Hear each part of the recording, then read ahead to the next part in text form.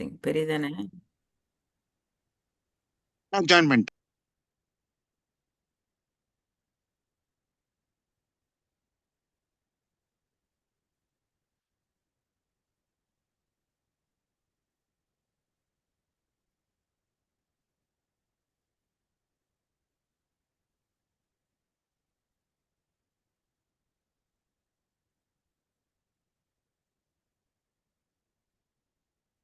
ஓம் ஸ்ரீ குருப்யோ நமः. ஓம் ஸ்ரீ குருப்யோ நமः. ஓம் ஸ்ரீ குருப்யோ நமः. இந்த புனிதமான 1 மணி நேரத்தை சிவ சிந்தனையில் செலவிடுவோம். மாணிக்க வாசகரின் வரிகள் வெறும் சொற்கள் அல்ல, அவை ஆன்மாவை சுத்திகரிக்கும் மருந்துகள். ஒவ்வொரு வரியையும் வாசிக்கும் போது அது நம் மனக்கண்ணில் ஒரு காட்சியாக விரியட்டும். தெளிவு பிறக்கும் போது ஏற்படும் மகிழ்ச்சியும் இறைவனுக்கே, தெளிவற்ற நிலையில் ஏற்படும் தவிப்பும் அவனுக்கே. உணர முடிந்தால் அது அவன் அருள், உணர முடியாமல் தவித்தால் அது நம்மை பக்குவப்படுத்த அவன் நடத்தும் நாடகம். யோகிராம் சரத்குமார் ஜெயகுரு.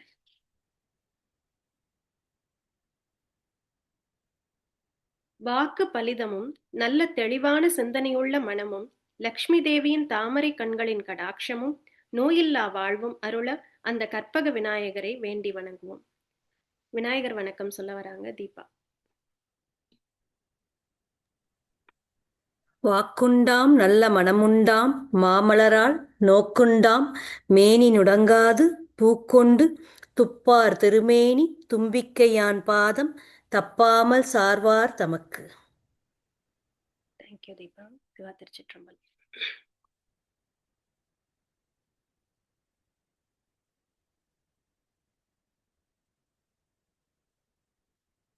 எவ்வுயிர்களாயினும் தம்மறிவால் உணர்வதற்கும் ஓதுவதற்கும் அரியவன்.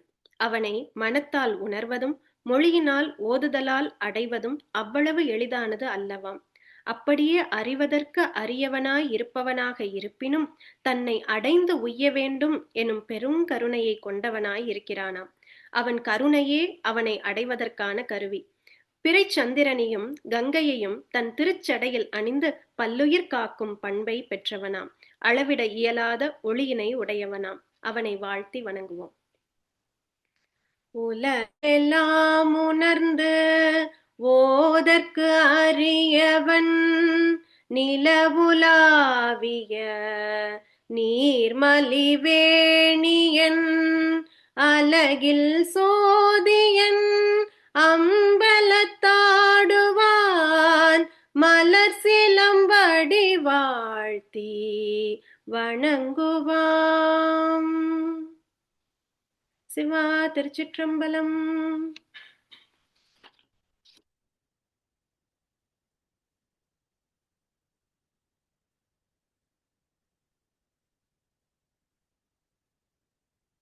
அளவற்ற தேவர்கள் சிவனையே நேராகச் சென்று கண்டு வழிபட்டனர்.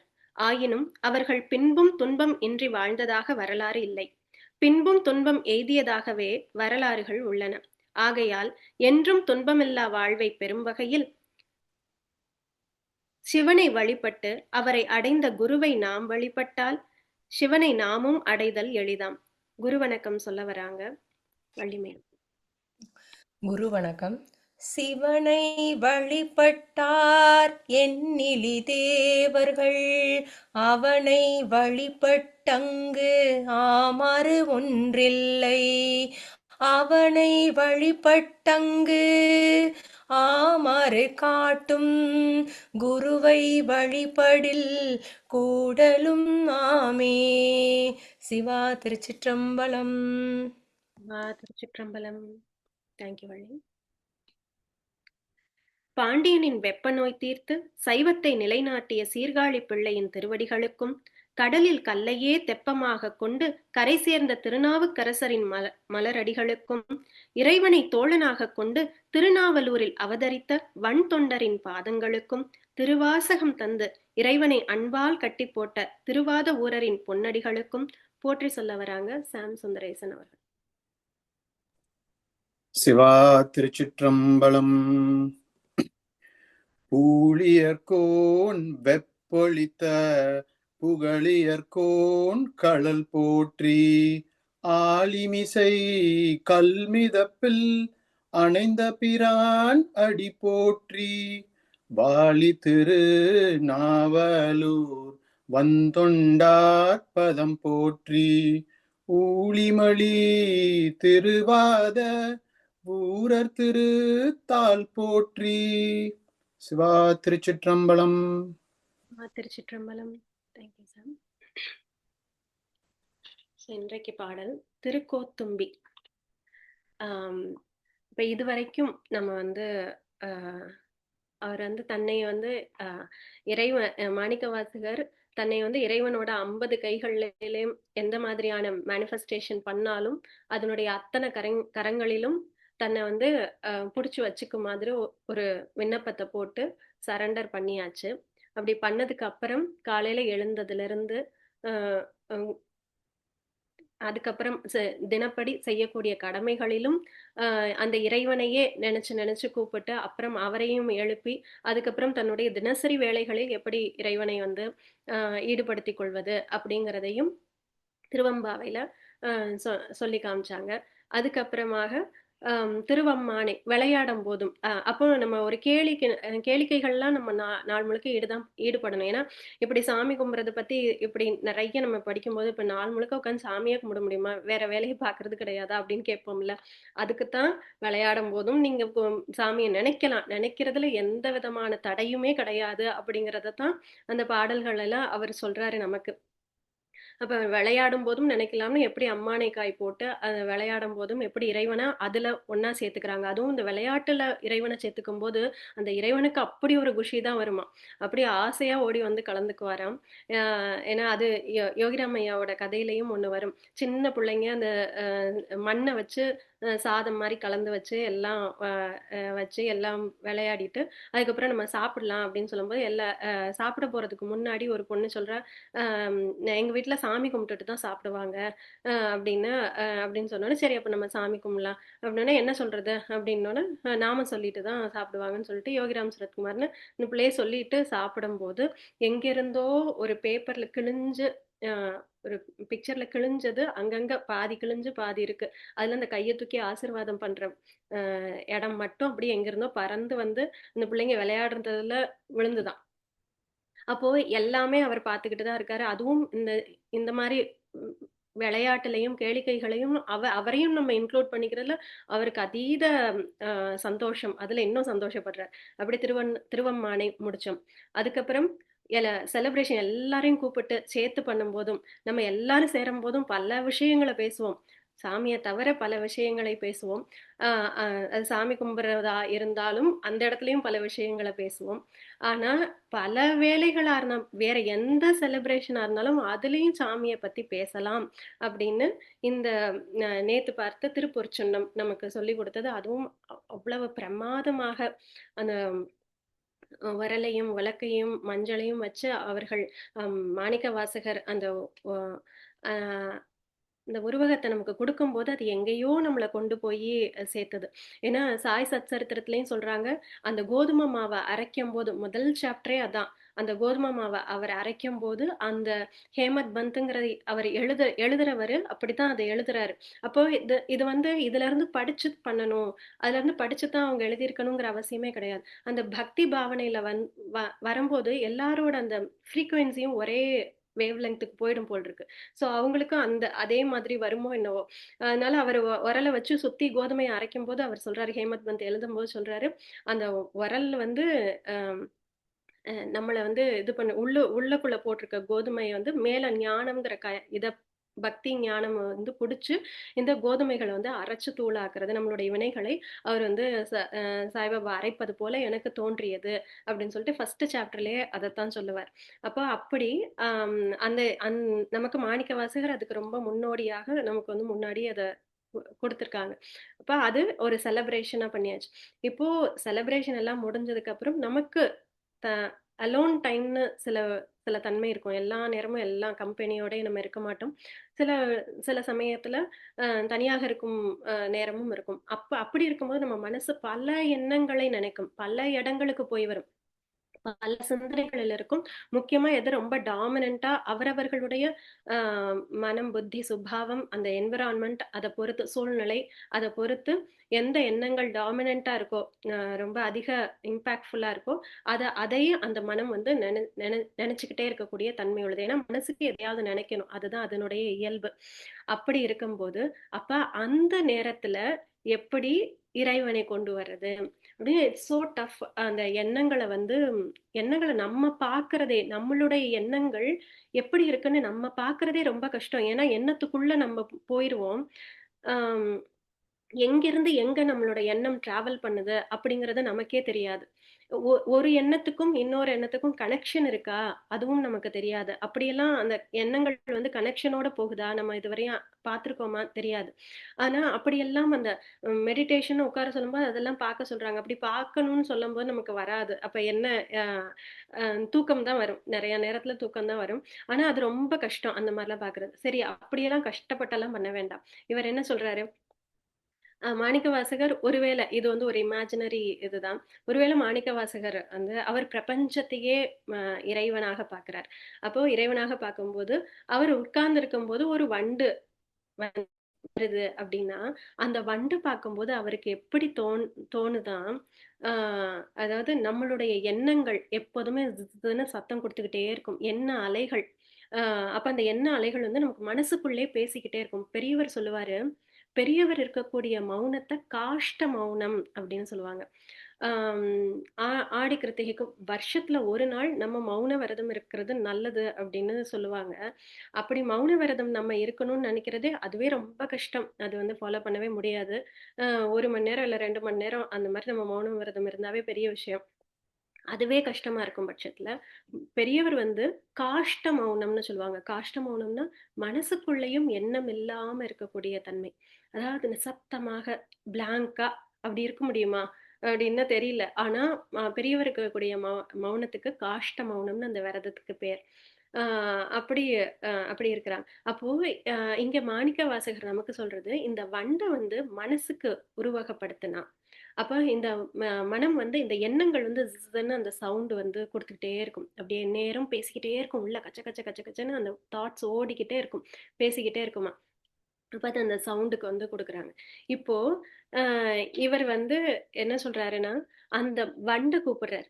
அந்த ஜின்னு சவுண்ட் கொடுத்துட்டே இருக்குல்ல, இந்த வண்டை சொல்றாரு, அதையும் ஆஹ் கோத்தும்பி அப்படின்னு இந்த இந்த வார்த்தைக்கு அர்த்தம் பார்த்தோம்னா, அரச வண்டு அப்படின்னு சொல்றாங்க.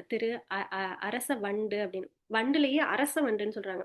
நம்ம வந்து குயின் பீஸ் தானே கேள்விப்பட்டிருக்கோம். அதாவது நம்மளுடைய பீ ஹைவ்ஸ்ல எல்லாம் வந்து குயின் பீ தான் வந்து பிரதானமான நம்ம கேள்விப்பட்டிருக்கோம். அரச வண்டுன்னு ஒண்ணு கேள்விப்பட்டது இல்லையே.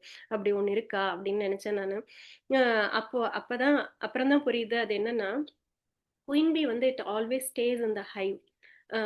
அந்த கூட்டிலே இருந்துருமா, வெளியிலே போகாதான். அந்த தேன் சேர்த்து வச்சு கொண்டு வர்றது எல்லாமே இந்த வெளியில போற வண்டு தான் வந்து தேனை சேகரிச்சு கொண்டாந்து ஹைவ்ல வைக்குது. அப்போ இந்த வெளியில கூட்டிட்டு போற இதுக்கு ஒரு லீடு ஒண்ணு இருக்குமா, அதுதான் வந்து கிங் பீன்னு சொல்றாங்க. அதுதான் சொல்லியிருக்கணும், அரச வண்டுன்னு சொல்லியிருக்கணும். அப்ப அதுதான் போய் எல்லா பூக்களில இருந்தும் தேனை சேகரிச்சு கொண்டு வந்து இங்க இதுல கொடுக்குது. ஆனா இந்த குயின் பீ ஆனது உள்ளேயே இருந்துருது, சென்டராவே இருந்தது. அப்போ சென்டர்ல ஒரே இடத்துல இருக்கிறவங்களுக்கு ரொம்ப மைண்ட் டிஸ்ட்ராக்ட் ஆகிறதுக்கு, அதாவது நிறைய எக்ஸ்போஷர் இருக்கவங்களுக்கு தான் மைண்ட் வந்து நிறைய இடத்துல போகிறதுக்கான வாய்ப்பு இருக்கு. ஒரே இடத்துல இருக்கிறவங்களுக்கு ஆப்வியஸ்லா அந்த எக்ஸ்போஷர் இல்லாததுனால கொஞ்சம் அவங்களால அந்த ஃபோக்கஸ் பண்றது கொஞ்சம் ஈஸியா இருக்குமா. அதனால இந்த குயின் பீ அவர் கூப்பிடல. அதாவது அந்த அரச வண்டு, அரசி வண்டுனோ இல்ல ராணி வண்டுனோ அவர் கூப்பிடல. அரச வண்டுன்னு தான் சொல்றாரு. ஏன்னா இந்த அரச வண்டுக்கு இதுக்கு வந்து எக்ஸ்போஷர் ஜாஸ்தி. வெளியில போகும்போது நிறைய இடங்கள்ல இந்த எண்ணங்கள் சிதறுவதற்கான வாய்ப்புகள் அதிகம். அப்படி அது வந்து போயிட்டு வருது இல்லையா. இப்படி போகும்போது இதை கூப்பிட்டு என்ன சொல்றாராம், அந்த ஒவ்வொரு பாடல்கள்லையும் நம்ம பார்க்கலாம். இதை கூப்பிட்டு நீ போய் சேகரிச்சு ஒரு பூல போய் சேகரிக்கும், ஒரு பூல வாய வைக்கும், அப்புறம் இதுன்னு கத்தும். அதுக்கப்புறம் அடுத்த பூவை தேடுற வரையும், அடுத்த பூல போய் உட்கார்ற வரைக்கும் கத்திக்கிட்டே இருக்கும். ஜின்னு சவுண்ட் கொடுத்துட்டே இருக்கும். அதுக்கப்புறம் அடுத்ததுல போய் உட்காரும், தேன் எடுக்கும். இப்போ இவர் என்ன சொல்றாருன்னா, பல பூவுல போய் நீ வந்து கொஞ்சம் கொஞ்சமா தேனை எடுத்துட்டு வர, இது எல்லாம் டெம்பரரி. அந்த பூ ஒரு நாள் இருக்கக்கூடியது. அந்த பூவானது எப்படி ஒரு நாள் தான் இருக்கும், அதுக்கப்புறம் இருக்காது. அந்த ஒரு நாள்லயும் அந்த காலையில மட்டும்தான் அந்த தேன் இருக்கும். அதுக்கப்புறம் அது இருக்க போறதில்ல. அது ரொம்ப நிரந்தரமற்றது. ஆனா, ம மாணிக்கவாசகர் என்ன சொல்றாரு இந்த வண்ட கூப்பிட்டு, அரச வண்டு அப்டின்னா அத லீட் பண்றது. நீ வந்து சாதாரண வண்டு கிடையாது. இந்த எண்ணங்களுக்கு சொல்றாரு. நீ சாதாரண ஆளு கிடையாது. நீ வந்து ரொம்ப டிக்னிஃபைடு. நீ லீட் பண்றதுக்கான உனக்கு strong. You are strong. You are mighty. அதனால அரச வண்டு அப்டின்னு, கோத்தும்பி அப்டின்னு கூப்பிடுறாரு. அப்ப கோத்தும்பி, நீ வந்து சின்ன சின்னதுலலாம் போய் போய் தேன் எடுத்துட்டு இருக்காத. மொத்த ஹைவே தேன் அப்படியே சிந்திக்கிட்டு இருக்கக்கூடிய எந்நேரமும் தேன் இருக்கக்கூடிய ஒரு இடத்த நான் உனக்கு காமிக்கிறேன். நீ அங்க போ.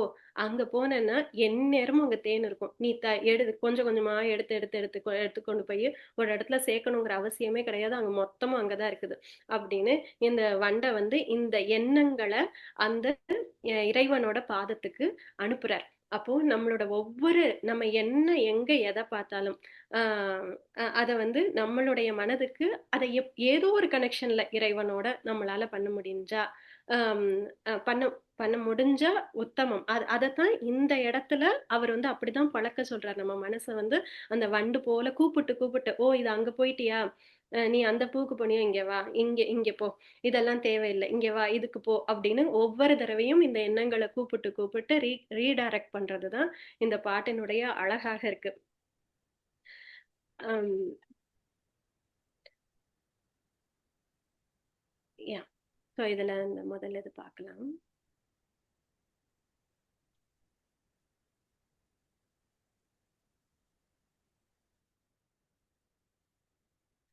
பூவேறு கோணும் புரந்தரனும் பொற்பமைந்த நாவேறு செல்வியும் நாரணனும் நான்மறையும் மாவேறு சோதியும் வானவரும் தாமறியா சேவேறு சேவடிக்கே சென்றூதாய் கோத்தும்பி. தாமரை மலரில் உறையும் பிரம்மனும் இந்திரனும் நாவிற்கு அரசியான சரஸ்வதியும் திருமாலும் 4 மறைகளும் தேவர்களும் கூட அறிய முடியாத பேரொளி அவன். அப்ப பிரம்மனும், பூவேறு கோணம்னா பிரம்மா, இந்திரனும், நாவிற்கு இது ஒவ்வொரு இடத்துலயும் அவர் மாணிக்கவாசகர் இந்த வாசகங்களை சொல்லாத பாடலே இல்லைன்னு சொல்லலாம். ஒவ்வொரு இடத்துலயும் இந்திரனும் மாலையனும் அவரால அடைய முடியாதுன்னு சொல்றாரு இல்ல. அப்போ இந்த இந்த இடத்துல இந்த மனசு என்னத்தை கூப்பிடுறாருன்னு சொன்னோன்னு இதை எப்படி கனெக்ட் பண்ணணும்னு தோணுச்சுன்னா, அதாவது நாவிற்கு அந்த கலைக்கு அரசி, கலைக்கு தலைவி சரஸ்வதி. அப்ப கலைகள்ல வென்றவர், வென்று அதனுடைய உச்சத்துல இருக்கக்கூடிய அந்த கலைமகளாலும், நாரணன்னா வந்து படைக்கும் தொழிலை செய்யக்கூடிய பிரம்மாவும், காக்கும் தொழிலை செய்யக்கூடிய விஷ்ணுவும் அப்படிங்கும்போது இந்த ஆஹ் இந்த புத்தி, சரஸ்வதிங்கும் போது புத்தியில் சிறந்தவர், அப்ப அந்த ஞானத்தில் சிறந்தவர்கள் இவர்கள் எல்லாம் அதுல வந்து ஒவ்வொரு துறையிலையும் வேதங்கள் வந்து அந்த இதுல ஞானத்துல சிறந்தது. அப்ப எல்லாம் இந்த துறைகள்ல இருக்க அதுல மாஸ்டர்டா இருக்கவங்களால கூட அவரை அடைய முடியலைங்கிறது நீ பாரு. அப்பனா இதுல இதுல படிச்சு இதை இப்படி படிச்சு இதை தெரிஞ்சு அதை தெரிஞ்சுக்கிட்டா இப்படி வந்து அவரை தெரிஞ்சுக்கலாமா அப்படின்னு கேட்டா அதெல்லாம் இல்ல, அப்படி பண்ண முடியாது அப்படின்னு சொல்றாரு. தர்மத்தை கரெக்ட் எருதினை வாகனமாக கொண்ட அந்த சிவபெருமானின் திருவடிகளுக்கே சென்றுதாய் கோத்தும்பி. தர்மத்தை வாகனமாக, இந்த இடத்துல விடைப்பாகன் நிறைய இடத்துல பார்த்திருப்போம். அந்த விடைப்பாகன்கிறது தர்மத்தை தன்னுடைய ரிஷப வாகனமாக கொண்டு வரக்கூடிய. ஒரு சில இடங்கள்ல இதை யம தர்மராஜா, ஏன்னா தர்மத்துக்கு இதுவா இருக்கக்கூடியவர் வந்து யமன் அப்படின்னு சொல்றாரு. அப்ப அந்த யம தர்மராஜாவுக்கும் கிடைக்காத அந்த விடைப்பாகன்ல வரக்கூடிய அந்த சிவபெருமானின் திருவடிகளுக்கு, அவரை திருவடியை சரணடைந்தால் இது எல்லாத்தையும் விட்டுட்டு, ஏன்னா ரொம்ப இன்டெலிஜென்ட்டா இருக்கும்போது நான்கிற தன்மைய ஒழிக்கிறதுங்கிறது வந்து ரொம்ப கஷ்டம். அதனாலதான் சும்மா இரு சொல்லற அப்படின்னா, நான் இப்ப பக்தி பண்ணோன்னா நான் இதெல்லாம் இவ்வளவு சாமி கும்பிட்டேனே, இப்ப நல்லா படிச்சோன்னா நான் இவ்வளவு படிச்சேனே, நான் இவ்வளவு பாட்டு, அந்த நான்கிறத போக்குறதுங்கிறது ரொம்ப கஷ்டம். ஆனா எனக்கு என் கையில எதுவுமே இல்லப்பா, என் கையில நடத்த சில நேரங்கள்ல நமக்கு தோணும் எல்லாம் நடக்கும், நம்ம ஜஸ்ட் பார்த்துக்கிட்டு மட்டும்தான் இருக்கணும் போல் இருக்கு. சில நேரங்கள்ல நம்மளால நடத்த முடியாது அப்படின்னு ஒரு சூழ்நிலை. நம்ம என்ன பண்ணாலும் இது நம்ம கையில இல்ல. அப்படிங்கிற ஒரு ஒரு ஒரு சுச்சுவேஷன் வரும்போது தான் நமக்கு தோணும் இது நம்மளை மீறி நடக்குது. அப்ப நம்ம ஜஸ்ட் விட்னஸ் தான் பண்ணணும். இந்த இந்த இத வந்து விட்னஸ் தான் பண்ணணும். அப்ப அத எப்படி கடந்து போறது? அந்த இடத்துல எப்படி நம்ம அந்த சூழ்நிலைய கடந்து போறது? அப்ப அதுக்கு அவருடைய திருவடியை தவிர ஒரு உறுதுணையாக வேற எதுவுமே இருக்க முடியாது.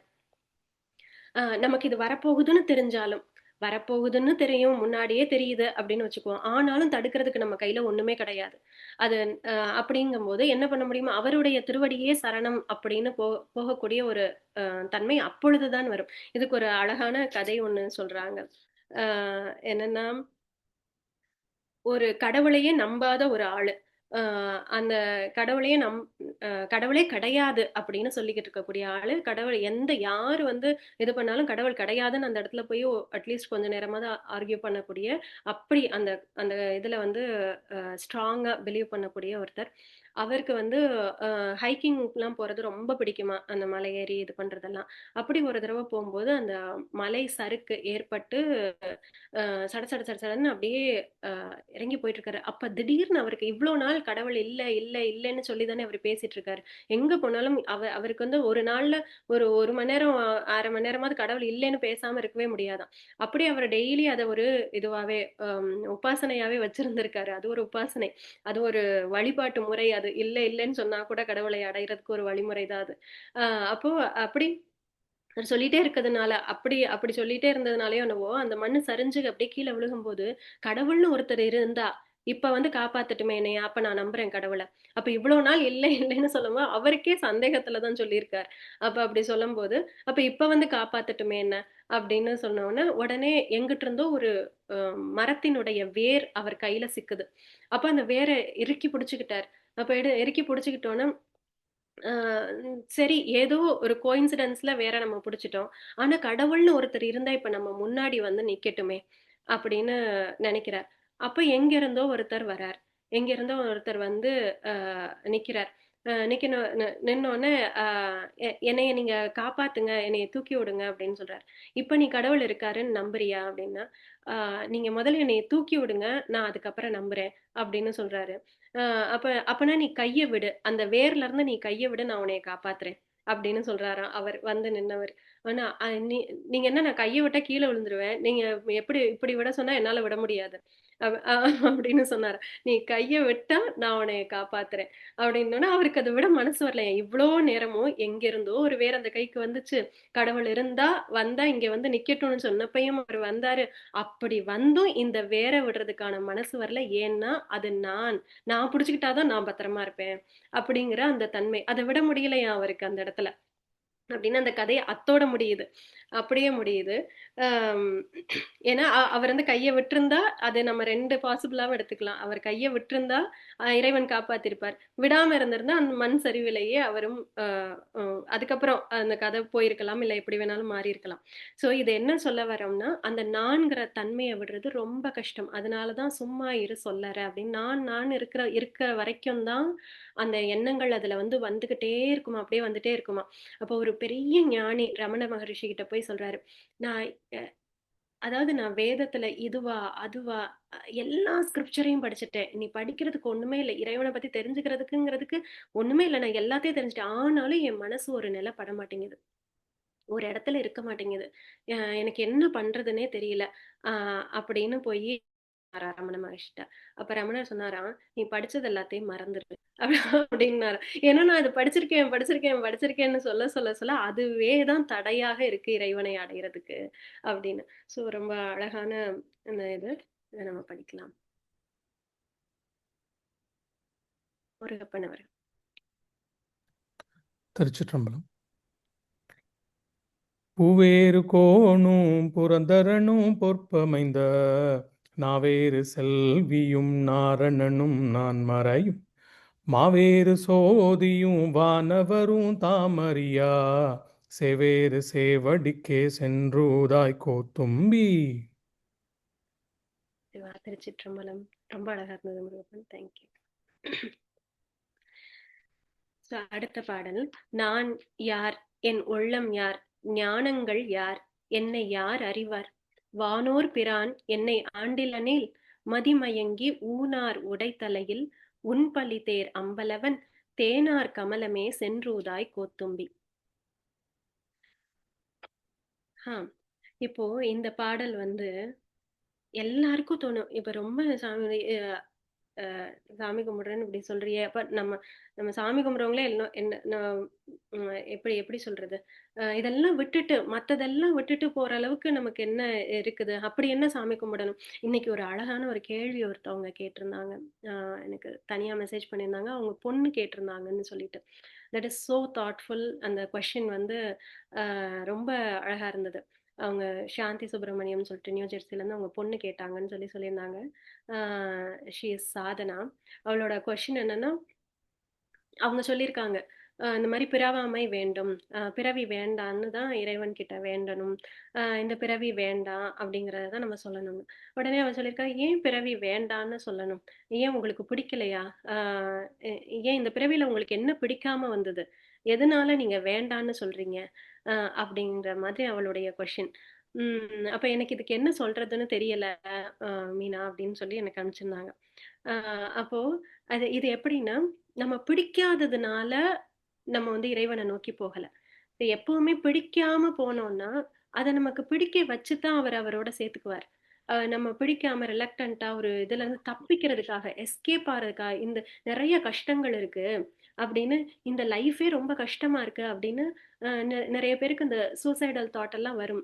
அப்படி தன் உயிர பலி கொடுத்துக்கக்கூடிய தன்மையில போனாலும், அவர்கள் அந்த கர்மங்களை அடுத்த அந்த இந்த இந்த தானாக அந்த உயிர பலி கொடுத்ததுக்கு என்ன தண்டனைன்னா, அடுத்து ஒரு உடல் கிடைக்காம அலைவாங்களாம். அடுத்து ஒரு உடல் கிடைக்காதாம், அந்த கர்ம வினையை கழிக்கிறதுக்கு. ஏன்னா, இந்த உடலே வினையை கழிப்பதற்காக எடுக்கக்கூடியதான். நடுவுல கிடைக்கக்கூடிய நமக்கு சந்தோஷம்லாம் அவருடைய புண்ணியம். அவர் வந்து நமக்கு கொஞ்சம் கம்ஃபர்டபுளா குடுக்குறாரு. அந்த புண்ணியத்துல தான் நம்ம நெறைய பாவங்கள வேற சேர்க்கிறோம். அது வேற விஷயம். ஆ ஆனா, இந்த இந்த உடல் கிடைக்காம அந்த ஆத்மா வந்து அலையுமா. ஆனாலும் அதுக்கப்புறம் பல கோடி யுகங்கள் அலைஞ்சு திரிஞ்சதுக்கு அப்புறம் இந்த உடல் கிடைச்சதுக்கு அப்புறம் அந்த பழைய வினைகளை கழித்ததுக்கு அப்புறம் தான் அது முடிக்க முடியும். அப்போ எஸ்கேப்பும் ஆக முடியாது.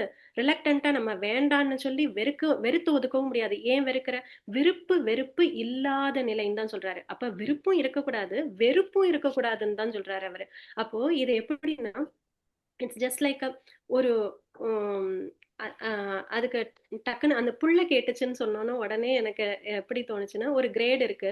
இப்ப 5த் கிரேடோ, இல்ல 10த் கிரேடோ, இல்ல ஒரு இதுவோ படிக்கிறாங்க அப்படின்னா, அந்த சப்ஜெக்ட் ஃபுல்லா படிச்சு முடிச்சாச்சு. அந்த கிரேட்ல எல்லாமே தெரிஞ்சிருச்சு. இன் அண்ட் அவுட் அந்த எக்ஸாம்ஸ்க்கு ஃபுல்லா ப்ரிப்பேர் ஆயாச்சு. இனி அத எழுதி ஃபுல்லா பாஸும் பண்ணியாச்சு. அதுக்கப்புறம் இனி அந்த கிரேட்ல திரும்ப உட்காரணும்னு நமக்கு தோணாது. அவ்வளோதான் அத முடிச்சாச்சு. அடுத்த லெவல்ன்னு ஒண்ணு இருக்கு. ஆனா இந்த மொத்த லைஃப்ல இதுதான் எல்லாம் இருக்கு. இதே திரும்ப திரும்ப திரும்ப பண்ணி இதுல என்ன இருக்குன்னு நல்லா தெரிஞ்சு போச்சு. அப்படிங்கும்போது இதே திரும்ப திரும்ப பண்ணி என்ன பண்றதுங்கிற ஒரு சலிப்பு தட்டும். அதாவது இதுல எல்லாம் தெரிஞ்சு போச்சு, முடிஞ்சிருச்சு. We are content, we are fulfilled. எனக்கு கிடைக்கவே முடியாத ஒரு லைஃப் கிடைச்சது. எனக்கு கிடைக்கவே முடியாத ஒரு அம் அ பார்ட்னர் கிடைக்கவே முடியாத ஒரு கிட்ஸ் அவங்கலாம் ரொம்ப மனசுக்கு திருப்தியா இது நான் கேட்கவே இல்ல. கேட்காம எனக்கு எல்லாமே வந்தது. ரொம்ப ஆத்மார்த்தமா திருப்தியா அதை நம்ம அனுபவிச்சு எல்லாம் எனக்கு போதும்பா. அந்த போதும் என்ற மனமே பொன் செய்யும் மருந்துன்னு சொல்றாங்க இல்லையா? நான் எல்லாம் நல்லா ஆசை தீர அனுபவிச்சுட்டேன். எனக்கு போதும் அப்படின்னு சொல்லி அந்த நேரத்துல தான் இறைவனை பத்தி நெனைப்போம். அப்படி நினைக்கும்போது தான் நம்மளுடைய நம்மளுடைய கடைசி அந்த வினை முடிச்சிருக்குல்ல, அப்பதான் அந்த முடிச்சு அவிழ்க்கப்படும். அந்த முடிச்சு அவிழ்க்கப்படம்போது சில சோதனைகள் வரும்.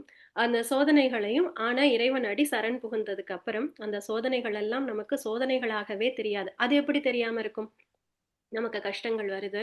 கஷ்டங்கள் வரும்போது எப்படி வந்து நமக்கு வந்து அது கஷ்டம் இல்லாம இருக்கும்? அ அப்ப சாமி கும்பிட்டா அது எப்படி கஷ்டம் இல்லாம இருக்கும்? அப்படின்னு கேட்டா, அதுக்கு இந்த கதைய தான் எனக்கு அனுபவமா எனக்கு தெரியாது. ஆனா நான் இந்த கதைய தான் எனக்கு மனசுக்கு நான் திருப்பி திருப்பி சொல்லிக்கிறது. அம் என்னன்னா, அ ஒரு பையன் இருக்கான். அந்த பையன் வந்து அ அவங்க வீட்ல ரொம்ப ஏழ்ம.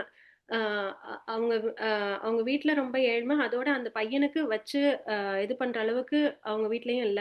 "நீ வெளியில போயி எங்கேயாவது வேல பார்த்து பொழைச்சுக்கோ.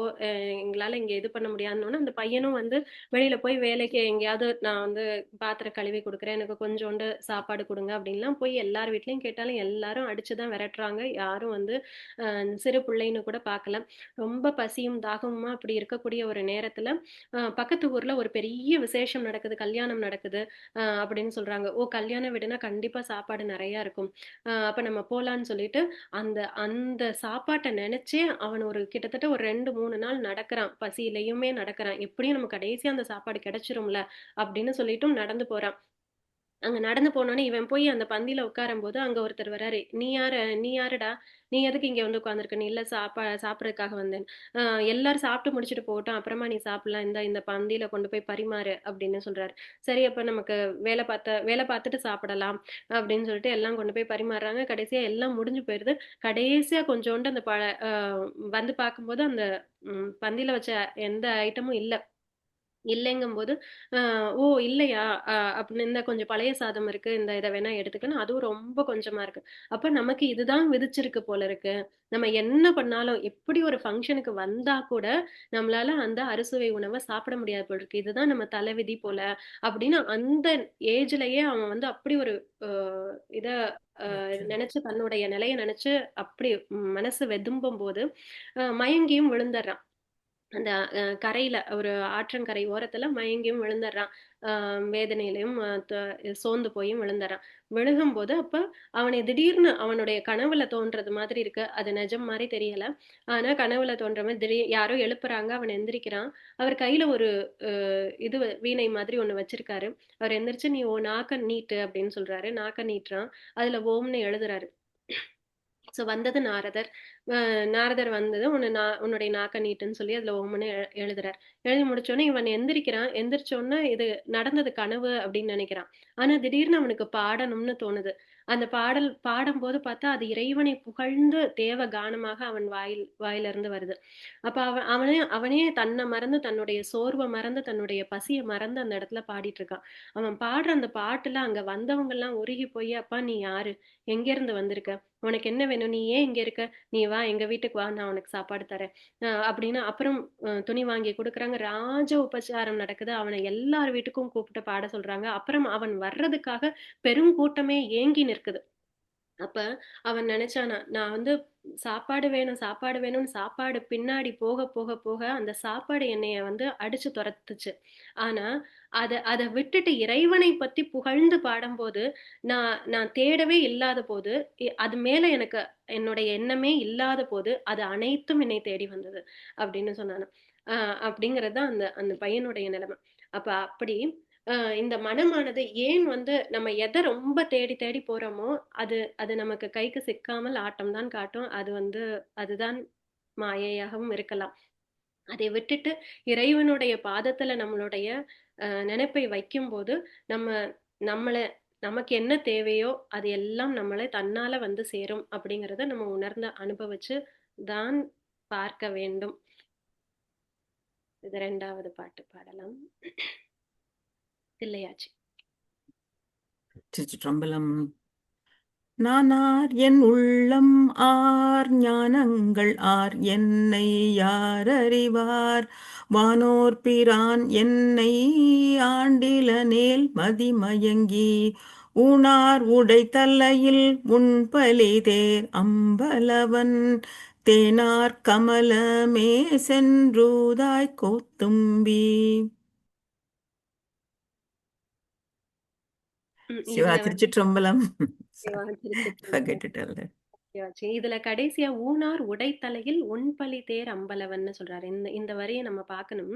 இது என்னன்னா, அதாவது தேவர்களின் தலைவன் என்னை நான் யாரு? நான் வந்து எனக்கு ஒண்ணுமே கிடையாது. நான் வந்து ஒரு ஒரு யாருமே என்னை வந்து அம் இப்படி ஒரு ஆள் இருக்கு அப்படிங்கிறது கூட யாரு கண்ணுக்குமே தெரிஞ்சிருக்காது. ஏன்னா ஞாயிற்கடையவன் அப்படின்னு தானே சொல்றாரு. இந்த அப்படிதான் இருந்தேன் நானு. நான் என்னுடைய நிலை வந்து அப்படிதான் இருந்தது. ஆனா வானோர் எம்பிரான், அந்த அந்த எம்பிரான் வந்து என்னை ஆட்கொண்டதுனால ஆ என்னுடைய நிலை எல்லாருக்கும் தெரிவது போல ஆச்சு.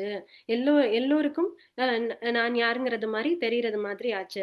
அப்படி இந்த 3வது லைன் வந்து, "ஊனார் உடைத்தலையில் உண்பலி தேர் அம்பலவன்." அவர் வந்து கையில அப்படிப்பட்ட அரசர். அவர் வந்து எல்லாருக்கும் ஒண்ணுமே இல்லாதவனை தூக்கி உச்சாணி கொம்புல அரசனையில உட்கார வைக்கக்கூடிய அவர், அப்பேற்பட்ட அரசரானவர், தன்னை பிச்சைக்காரராக வச்சுக்கிறாராம். அப்ப என்னுடைய குருதேவர் யுவராம் சரத்குமார் தன்னை பிச்சைக்காரன் தான் சொல்லிக்கிறார். இந்த பிச்சைக்காரன், இந்த பிச்சைக்காரன் அப்படின்னு தான், திஸ் பெக்கர் அப்படின்னு தான் சொல்லுவார். அப்போ அந்த பிச்சைக்காரர் கையில ஒரு கொட்டாங்குச்சி வச்சிருக்காரு. அது வந்து கபால ஓடு. இந்த சிவன் என்ன வச்சிருக்கார்? கையில ஒரு பிச்சை பாத்திரம் வச்சிருக்காரு. அந்த பிச்சை பாத்திரம் என்னது? கபால ஓடு. ஏன் கபால ஓட்டுல அந்த பிச்சை பாத்திரம் இருக்கணும்?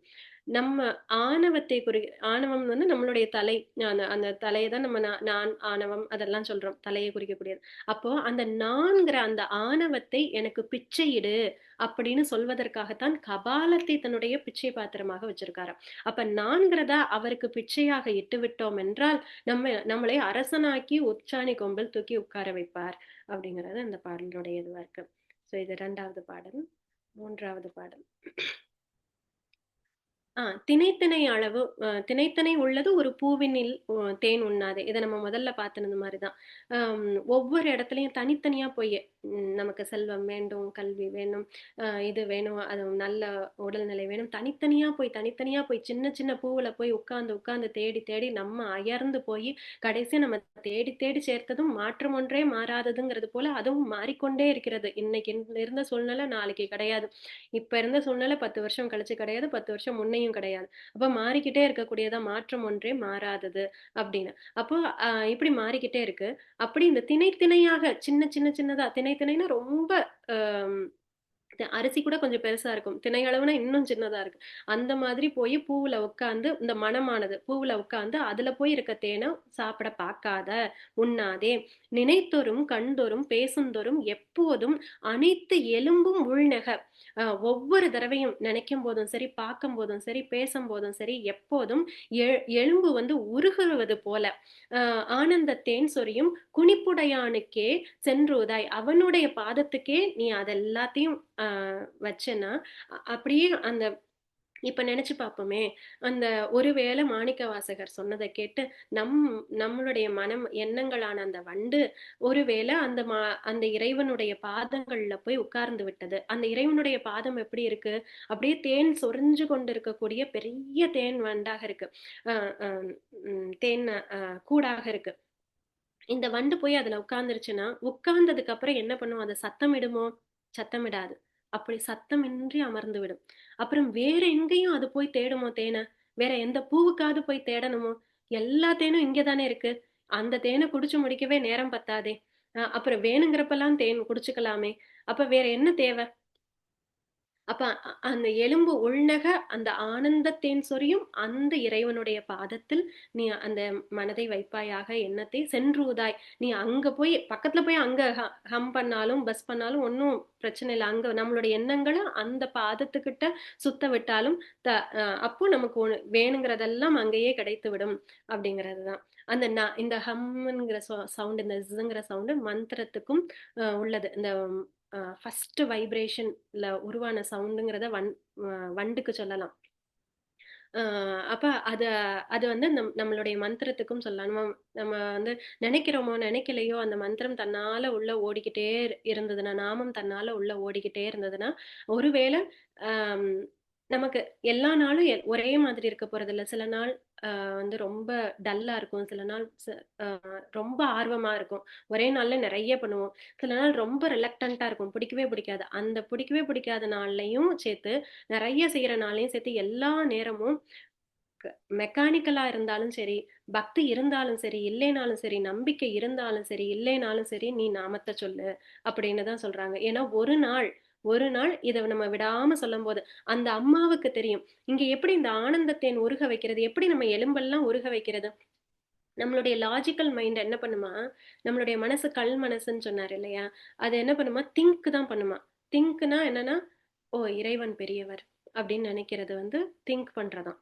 அதே அவர் என்னுடைய அம்மா என்னைய கையில வச்சிருக்காரு, என்னைய வந்து பத்திரமா புடிச்சு வச்சிருக்காரு அப்படின்னு நினைக்கிறது ஃபீல் பண்றதாம். அப்ப நம்ம ஃபீல் பண்ணணுமா அத. அப்படி ஃபீல் பண்ணும்போது அவர் என்னைய விட்டுடல, அவர் வச்சிருக்கார், அவர் மடியில தான் வச்சிருக்காரு, அவர் கையில தான் வச்சிருக்கார் அப்படின்னு நினைக்கும் போது we feel secure, we feel safe. அப்ப அந்த இடத்துல பயமா இருக்கும்போது வி ஃபீல் சேஃப். நம்ம வந்து ரொம்ப ஆனந்தத்துல இருக்கும்போது அதுவும் ஒரு வகையான ஒரு பேலன்ஸ் மோட கொடுக்கக்கூடிய தன்மையாக இருக்கும். அப்ப அந்த மாதிரிதான் எலும்பு உள்நகை, நம்ம அதை ஃபீல் பண்ணணும் அப்படிங்கறதுதான் இந்த இடத்துல சொல்றாங்க. சோ இதை நம்ம சொல்லலாம். மூன்றாவது பாடல் உமா சிவகுமார். திருச்சிற்றம்பலம். தினைத்தனை உள்ளது ஓர் பூவினில் தேன் உண்ணாதே, நினைத்தோறும் காந்தோறும் பேசுதோறும் எப்போதும், அனைத்திலம்பு உள்நேக ஆனந்த தேன் சொரியும், குனிப்புடையானுக்கே சென்றூதாய் கோத்தும்பி. திருச்சிற்றம்பலம். சிவா திருச்சிற்றம்பலம். Thank you ma'am.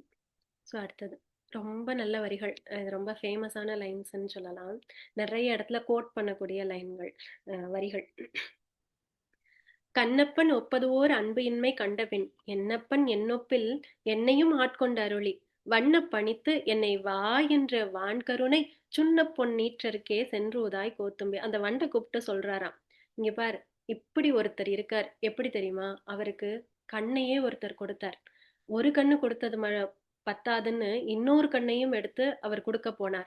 அப்படிப்பட்ட கண்ணப்பருடைய அன்பை பார்த்ததுக்கு அப்புறமும் என்ன போல அன்பே செய்ய தெரியாத கல்மனம் கொண்ட உருகாத மனம் கொண்ட என்னைய ஆட்கொண்டார். ஆட்கொண்ட பிறகு என்ன சொன்னார்? வண்ண பணித்து, வண்ணமயமாக அழகாக இந்த பணியை செய் அப்படின்னு, அவருடைய பணியை செய் அப்படின்னு சொல்லி வா என்று அழைத்தார் என்னை. நீத்தல் விண்ணப்பத்துல என்னை வான்னு கூப்பிட மாட்டியா, வருக என்னென்னை, வருக என்னென்னை, வருக என்னென்னை அப்படின்னு சொன்னார். அப்படி அந்த இடத்துல வான்னு சொல்லுன்னு சொன்னாரு. அப்ப இங்க வான்னு சொல்லிட்டாருன்னு சொல்றாரு அந்த வண்டுகிட்ட. என்னை வான்னு சொல்லி கூப்பிட்டு கொடுத்தார்.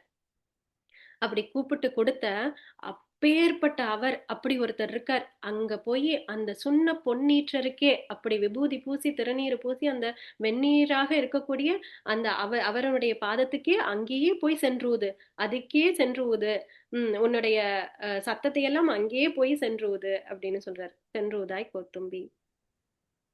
தில்லையாச்சு. திருச்சிற்றம்பலம்.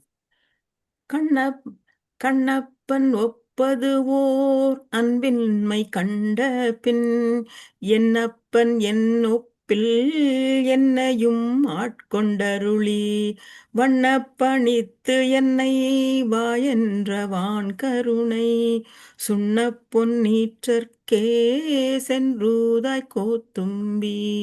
சுண்ண பொன்னீற்றற்கே சென்று ஊதாய் கோத்தும்பி. சிவா திருச்சிற்றம்பலம். திருச்சிற்றம்பலம். அத்தேவர் தேவர் அவர் தேவர் என்று இங்கன் பொய்த்தேவு பேசி புலம்புகின்ற பூதலத்தே, பத்தேதும் இல்லாது என் பற்று அற நான் பற்றின்றி மெய்த்தேவர் தேவர்க்கே சென்றோதாய் கோத்தும்பி. ரொம்ப நிறைய நம்ம சிந்திக்க வேண்டிய வரிகளாக இது இருக்குது. என் தெய்வம்தான் பெரிது, என் தெய்வம்தான் பெரிது, அவருடைய தேவர். இங்க நான் கும்பிடுற சாமி தான் பெருசு, அதாவது நான் கும்பிட்ற சாமி தான் பெருசுன்னு சொல்ல மாட்டோம். நம்ம எப்படி சொல்லுவோம்னா, சிவன் தான் பெருசு, விஷ்ணு தான் பெருசு அப்படின்னு சொல்லுவோம். ஆனா என்னன்னா, நம்ம ஃபாலோ பண்ணுவோம், நம்ம சிவனை ஃபாலோ பண்ணுவோம், அதனால சிவன் பெருசு. நம்ம விஷ்ணுவை ஃபாலோ பண்ணுவோம், அதனால விஷ்ணு பெருசு. அப்படின்னா அப்ப ஏன் நமக்கு அது பெருசா தெரியுது?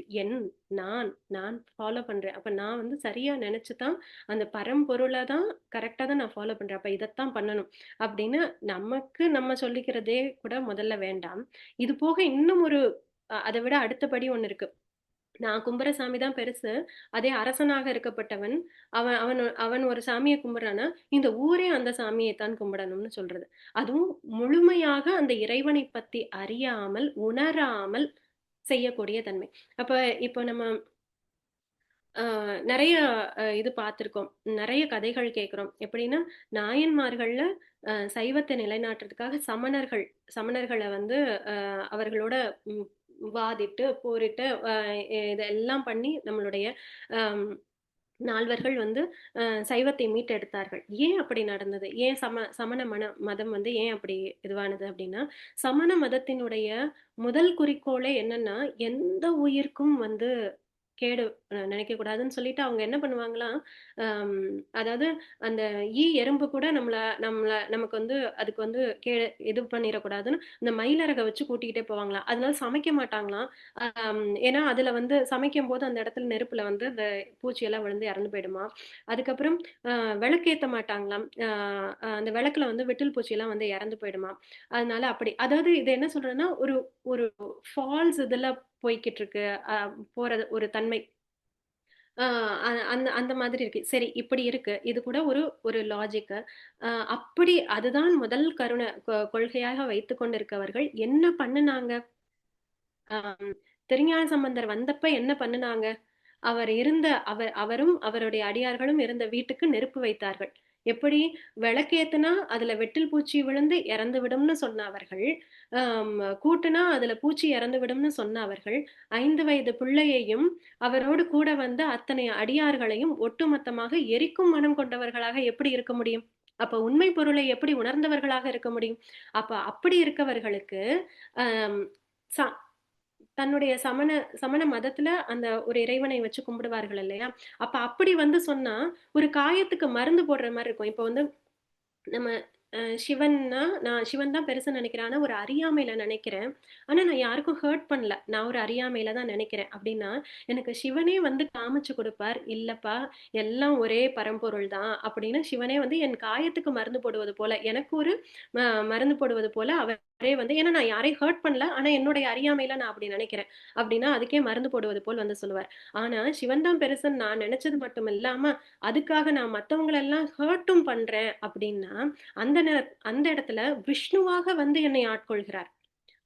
அப்போ அப்படித்தான் ஆம், ராவணன், ஹிரண்யகசிபு இவர்கள் எல்லாம், ஹிரண்யகசிபு இவர்கள் எல்லாம் சிவன் அடியார்களா இருக்கிறாங்க.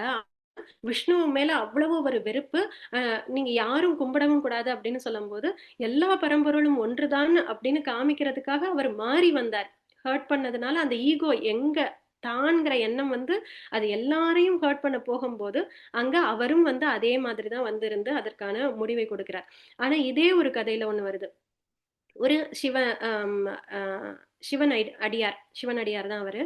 அவருடைய நண்பர் வந்து ஆம், ஒரு ஆம், பாண்டுரங்கனை கும்பிடக்கூடியவர், விஷ்ணு பக்தர். இவர் வந்து ரொம்ப சிவ அடியார்னா எப்படிப்பட்ட அடியார்னா கொள்கையே பிரதானம்னு கொண்டவர். நான் சிவனை தவிர எந்த சாமியும் கும்பிட மாட்டேன், அதுல எந்த தப்பும் கிடையாது. அவர் ஆனா ரொம்ப நல்லவர், மனசால ரொம்ப நல்லவர். அவருக்கு எப்படிப்பட்ட கொள்கைன்னா, விஷ்ணு கோயில்ல தன் பாதம் படாது, விஷ்ணுவை பார்க்க கூட மாட்டேன், அதாவது அந்த மத்த பிற தெய்வங்களை பார்க்க கூட மாட்டேன் அப்படின்னு. இப்போ இவருடைய நண்பர் இருக்காரு இல்லையா, இவர் பொற்கொல்லர். இந்த சிவனை கும்பிடக்கூடியவர் பொற்கொல்லர். அப்ப அந்த பாண்டுரங்கனுக்கு ஒரு இடுப்பு சங்கிலி செய்யணும் அப்படின்னு சொல்லிட்டு இந்த நண்பர்கிட்ட வந்து கேட்கிறார். இல்லப்பா, அதெல்லாம் நம்மளால முடியாது. ஏன்னா அப்புறம் நான் சங்கிலி செய்யறேன்னு ஒத்துக்கிட்டேன்னா அப்புறம் வரணும், கோயிலுக்கு வரணும், பார்க்கணும், ஏதாவது ஒரு கனெக்ஷன் வந்துடும். என்னோட கொள்கைப்படி நான் அங்கெல்லாம் வரமாட்டேன், அதனால நான் பண்ண மாட்டேன் அப்படின்னு சொன்னோன்னா, சரி, அவரை பத்தி தெரியும், ஏன்னா இவர் நண்பர் இல்லையா, அதனால தெரியும்னு சொல்லிட்டு கேட்டுட்டு போயிடுறாரு. ஆனா வேற எந்த பொற்கொள்ளர் வச்சிருக்க டிசைன்ஸோ இதுவோ அவருக்கு பிடிக்கவே இல்லை. இவர் அப்பேற்பட்ட கலைநயம் மிகுந்த இவர் அவரோட நண்பர், அவருக்கு ரொம்ப தெரியும் இல்லையா. அப்ப நான் எல்லா இடத்துலயும் போய் பார்த்துட்டு வந்துட்டேன். எனக்கு மனசுக்கு திருப்தியா ஒரு இடத்துல கூட இல்ல. உன்னைய தவிர அது வேற யாராலையும் செய்ய முடியாது. நீ வந்து கோயிலுக்குள்ள உன் கால் பட வேண்டாம். நீ பாண்டுரங்கனை கூட பார்க்க வேண்டாம். நானே உனக்கு அளவெல்லாம் எடுத்து கொண்டாந்து தந்துறேன். நீ உன்னுடைய சும்மா அந்த சங்கிலி எனக்கு பண்ணி தந்தா போதும் அப்படின்னோன்னு, சரி, அதனால என்ன வந்துச்சு, சரின்னு ஒத்துக்கிறாரு. அப்புறம் ஒத்துக்கிட்டதுக்கு அப்புறம் இவர் போய் அளவு எடுத்து கொண்டாந்து கொடுக்குறார். இவர் பண்ணி கொடுக்குறார். இவர் கொண்டு போய் போடுறாரு. சங்கிலி பெருசா இருக்கு, கீழே விழுந்துடுது. அப்புறம் வந்து திரும்ப கொண்டாந்து கொடுக்குறாரு. கொஞ்சம் ஒரு பிடிய கம்மி பண்ணி கொடு, ரொம்ப பெருசா இருக்கு அப்படின்னு. இவர் ஒரு பிடிய குறைச்சு கொடுக்குறாரு. இப்ப போய் போடுறாரு, பத்த மாட்டேங்குது. பத்த மாட்டேங்குது. ஒரு 2 சங்கிலியை கொஞ்சம் கூட வச்சு கொடு, 2 இது வந்து கொஞ்சம் கூட வச்சு கொடுன்னு. இப்ப கொஞ்சம் கூட வச்சு கொடுக்குறார். அங்க போய் போட்டா இப்ப கழண்டு விழுகுது. இது என்னடா நமக்கு அளக்க முடிய மாட்டேங்குதே அப்படின்னு வந்து சொல்லும்போது என்ன பண்றேன்னு தெரியல. சரி, உன்னுடைய கால் அந்த கோயில்ல பட வேண்டாம். நீ பாண்டுரங்கனை பார்க்கவும் வேண்டாம். நான் உன்னைய தூக்கிக்கிறேன் தோல்ல. நீ கண்ணை கட்டிக்கோ. ஆனா நீ வந்து உன் கைய வச்சு அளவு எடுத்துட்டேன்னா உனக்கு அந்த அளவு தெரிஞ்சிரும். அப்ப நீ பண்றதுக்கு ஈஸியா இருக்கும் அப்படின்னு சொன்னோன்னா, சரின்னு இவரும் ஒத்துக்கிறார். அது மாதிரி இவரை தோல்ல தூக்கிக்கிட்டு பாண்டுரங்கன் கோயிலுக்கு போறார். அங்க போய் இவர் கண்ணையும் கட்டியிருக்கார். இப்போ இவர் கையை எடுத்து அந்த இடுப்புல வச்சு கொடுக்குறார். இடுப்புல வச்சு கொடுத்தோன்னே அந்த இடுப்பு இவர் தொடம்போது, பாண்டுரங்கனுடைய இடையை தொடம்போது அது வந்து சிவலிங்கத்தினுடைய ஆவுடையார் மாதிரி இவருக்கு தெரியுது. இப்படி வந்து இந்த பக்கம் அந்த ஆவுடையாருக்கு இருக்க அந்த இது வந்து இவரும் தொட்டு தொட்டு பாக்குறாரு. அப்புறம் கீழே போறாரு, அந்த பீடம் இருக்கு. அந்த லிங்கத்துக்கு கீழே இருக்கு அந்த பீடம் இருக்கு. அப்புறம் மேல வர்றாரு, இடை கிட்ட வர்றாரு, அது வந்து ஆவுடையாரா தெரியுது. அப்புறம் மேல போறாரு, அது லிங்கமாக தெரியுது. அதுக்கும் மேல போறார், நாகமாக தெரியுது. அதுக்கு மேல நாகமாக இருக்கு. இது என்னது சிவன் மாதிரியே இருக்கு. மறுபடியும் திரும்ப இன்னொரு தடவை மேல இருந்து கீழ வரார். அப்படியே தொட்டு பார்க்கிறார். அப்படியே சிவன் தான் அது. ஓ! இது நம்ம சிவலிங்கம் தான். இத எதுக்கு நம்ம கண்ண கட்டிக்கிட்டு இருக்கோம்னு படக்குன்னு கண்ல கட்டியிருக்கத எடுத்து பார்க்கிறார். அப்படி பாண்டுரங்கன் 2 பக்கமும் கைய இப்படி இடுப்புல வச்சுக்கிட்டு சிரிச்சு, "எடுத்து பாத்தியா என்னைய?" அப்படின்னு சிரிச்சாராம். அவனும் "சிவ சிவா நான் தெரியாம தப்பு பண்ணிட்டேன். எவ்ளோ பெரிய தப்பு பண்ணிட்டேன்னு" மறுபடியும் வேக வேகமா அவசர அவசரமா கண்ண கட்டிட்டு திரும்ப இப்ப தொட்டு பார்க்கிறார். மறுபடியும் அதே கீழ பிரம்ம பீடம் இருக்கு. ஆவுடையார் தெரியுது. மேல லிங்கம் இருக்கு. நாகாபரணம் இருக்கு. இந்த தடவ நல்லாவே 4 தடவ தொட்டு பார்க்கிறார். இது சிவலிங்கமே தான் அப்படின்னு சொல்லி மறுபடியும் கண்ண கட்ட கழற்றார். ஆம், தன்னுடைய அறியாமைங்கிற அந்த திரையை கழற்றார். இங்க வந்து பாண்டுரங்கனாக நிக்கிறார் அவர். அப்போ பாண்டுரங்கனும் அந்த சிவனும் ஒண்ணுதான் அப்படிங்கிறது இந்த இந்த மனசு வந்து உண்மையாக இருக்கக்கூடிய யாருக்கும் தீங்க நினைக்காத, ஆனால் ஒரு அறியாமையில தவிக்கக்கூடிய பக்தருக்கு எப்பேற்பட்ட ஒரு தேனான ஒரு திருவிளையாடல் அந்த விளையாடல். அப்படி இருவரும் ஒன்றுதான்ங்கிறத அன்னைக்கு அப்படி தத்ரூபமாக அந்த அடியவர் உணர்றார். ஆனா அப்படி இல்லாம ஒத்துக்கவே மாட்டேன், நீ யாராவது வந்து சொன்னா உங்களையும் ஹர்ட் பண்ணுவேன்னு சொல்றவருக்கு ராவணன் போல, ஹிரண்யகசிப்பு போல அவர்களுக்கு விஷ்ணுவாக அந்த சிவபெருமானே விஷ்ணுவாக வந்து வதம் செய்து கடைசியா தான் தான் அந்த பரம்பொருள்னு காமிக்கிறார். சோ அப்படி அதைத்தான் நீங்க சொல்றாரு. அத்தேவர் தேவர் அவர் தேவர் என்று இங்கன் பொய்த்தேவு பேசி புலம்புகின்ற பூதலத்தை பத்தேதும் இல்லாது என் பற்று அற. அந்த பற்று கூட என் தெய்வம் அப்படின்னு சொல்லக்கூடாது. ஏன்னா என்னன்னா அந்த இடத்துல நான் அப்படின்னு வருது. அதனால பற்றேதும் இல்லாத அவர் எல்லா நாம ரூப விவர்ஜிதா அப்படின்னு சொல்லுது லலிதா சஹஸ்ரநாமம். நாமமும் கிடையாது அவருக்கு, இதுதான் நாமம் அப்படின்னும் கிடையாது, ரூபமும் கிடையாது. எல்லாம் அது நாமம் ரூபம் இல்லாததுனால எந்த நாமத்திலையும் வருவா, எந்த ரூபத்திலையும் வருவார்கள். அதனால இதுதான் அறுதியிட்டு சொல்ல முடியாதுங்கிறதுனால அந்த பற்று அற, என்னுடைய பற்று போறதுக்கு பற்று இல்லாதவனுடைய பற்றை நான் பற்றி கொள்ள வேண்டும் அப்படின்னு இந்த இடத்துல பத்தி ஏதும் இல்லாது என் பற்றார நான் பற்றி நின்ற மெய்த்தேவர் தேவர்க்கே தென்புதாய் கோத்தும்பி அப்படின்னு சொல்றாங்க. மீனாட்சி அண்ணாமலை.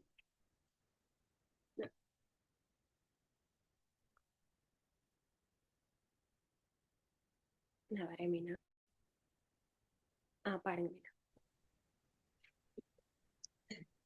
அத்தேவர் தேவர் அவர் தேவர் என்று இங்கன் பொய்த்தேவு பேசி புலம்புகின்ற பூத்தலத்தே பத்தேதுமில்லாதென் பற்றரை நான் பற்றி நின்று மெய்த்தேவர் தேவர்க்கே சென்றோதாய் கோதும்பி.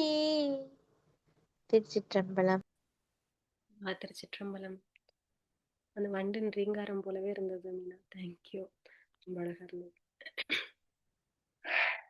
சோ அடுத்தது 6வது வைத்த நிதி பெண்டிர் மக்கள் குலம் கல்வி என்னும் பித்த உலகில் பிறப்போடு இறப்பு என்னும் சித்த விகார கலக்கம் தெளிவித்த வித்தக தேவர்க்கே சென்றோதாய் கோத்தும்பி. இதை நம்ம முன்னாடியே பார்த்ததுதான். பல பல விஷயங்கள், சின்ன சின்ன பூ. வைத்த நிதிங்கிறது ஒரு சின்ன மலர், பெண்டிருங்கிறது ஒரு சின்ன மலர், மக்கள்ங்கிறது ஒரு சின்ன மலர், குலம்ங்கிறது ஒரு சின்ன மலர். இப்படி ஒவ்வொன்றுத்துலயும் தனித்தனியா போய் எண்ணங்களை அங்க விட்டு அதுல நம்மளுடைய எண்ணங்கள் எல்லாம் சிதற விட்டு அப்படி சிதற விட்டதுனால பிறப்பு இறப்புங்கிற சுழலுக்குள்ள நம்ம போய் நம்மளுடைய சித்தம் விகாரப்பட்டு, ஏன்னா சித்தம்ல பக்தியும் வைராகியம் வந்துடுச்சு அப்படின்னா அந்த சித்தம் வந்து இறைவனை நோக்கி போய்கிட்டு இருக்கிறதுனால பக்தியும் வைராகியமும் வரும். ஆனா அதே சித்தம் இறைவனை நோக்கி போகாது, இந்த வைத்த நிதி பெண்டர் மக்கள் குலம் கல்வி இப்படி போச்சு என்றால் அதற்குன்னு சில கொள்கைகள் இருக்கும். இந்த மாதிரி தான் இதுதான் அப்படின்னு சில கொள்கைகள் இருக்கும். அந்த வைராகியம் தான் இருக்குமே ஒழிய பக்தி வைராகியம் இருக்காது. அப்ப அப்படி இருக்கக்கூடிய வைராகியம் வந்து சித்த விகாரப்படுத்தும். அதை சித்த விகாரப்படுத்தி கலக்கம் உருவாக்கும். அந்த கலக்கத்திலிருந்து எண்ணெய் தெளிவித்த வித்தகன்னா வியப்பிற்குரியவன், வித்தை காமிக்கக்கூடியவன். ஏன்னா கல்லை கனியாக்கும் வித்தகன்ங்கிறது பார்த்தோம் இல்லையா? அந்த மாதிரி வித்தக தேவர்க்கே அவருக்கே போய் சென்றுதாய் கோத்தும்பி அப்படின்னு இந்த பாடல். ஜெயம் அவர்கள். திருச்சிற்றம்பலம்.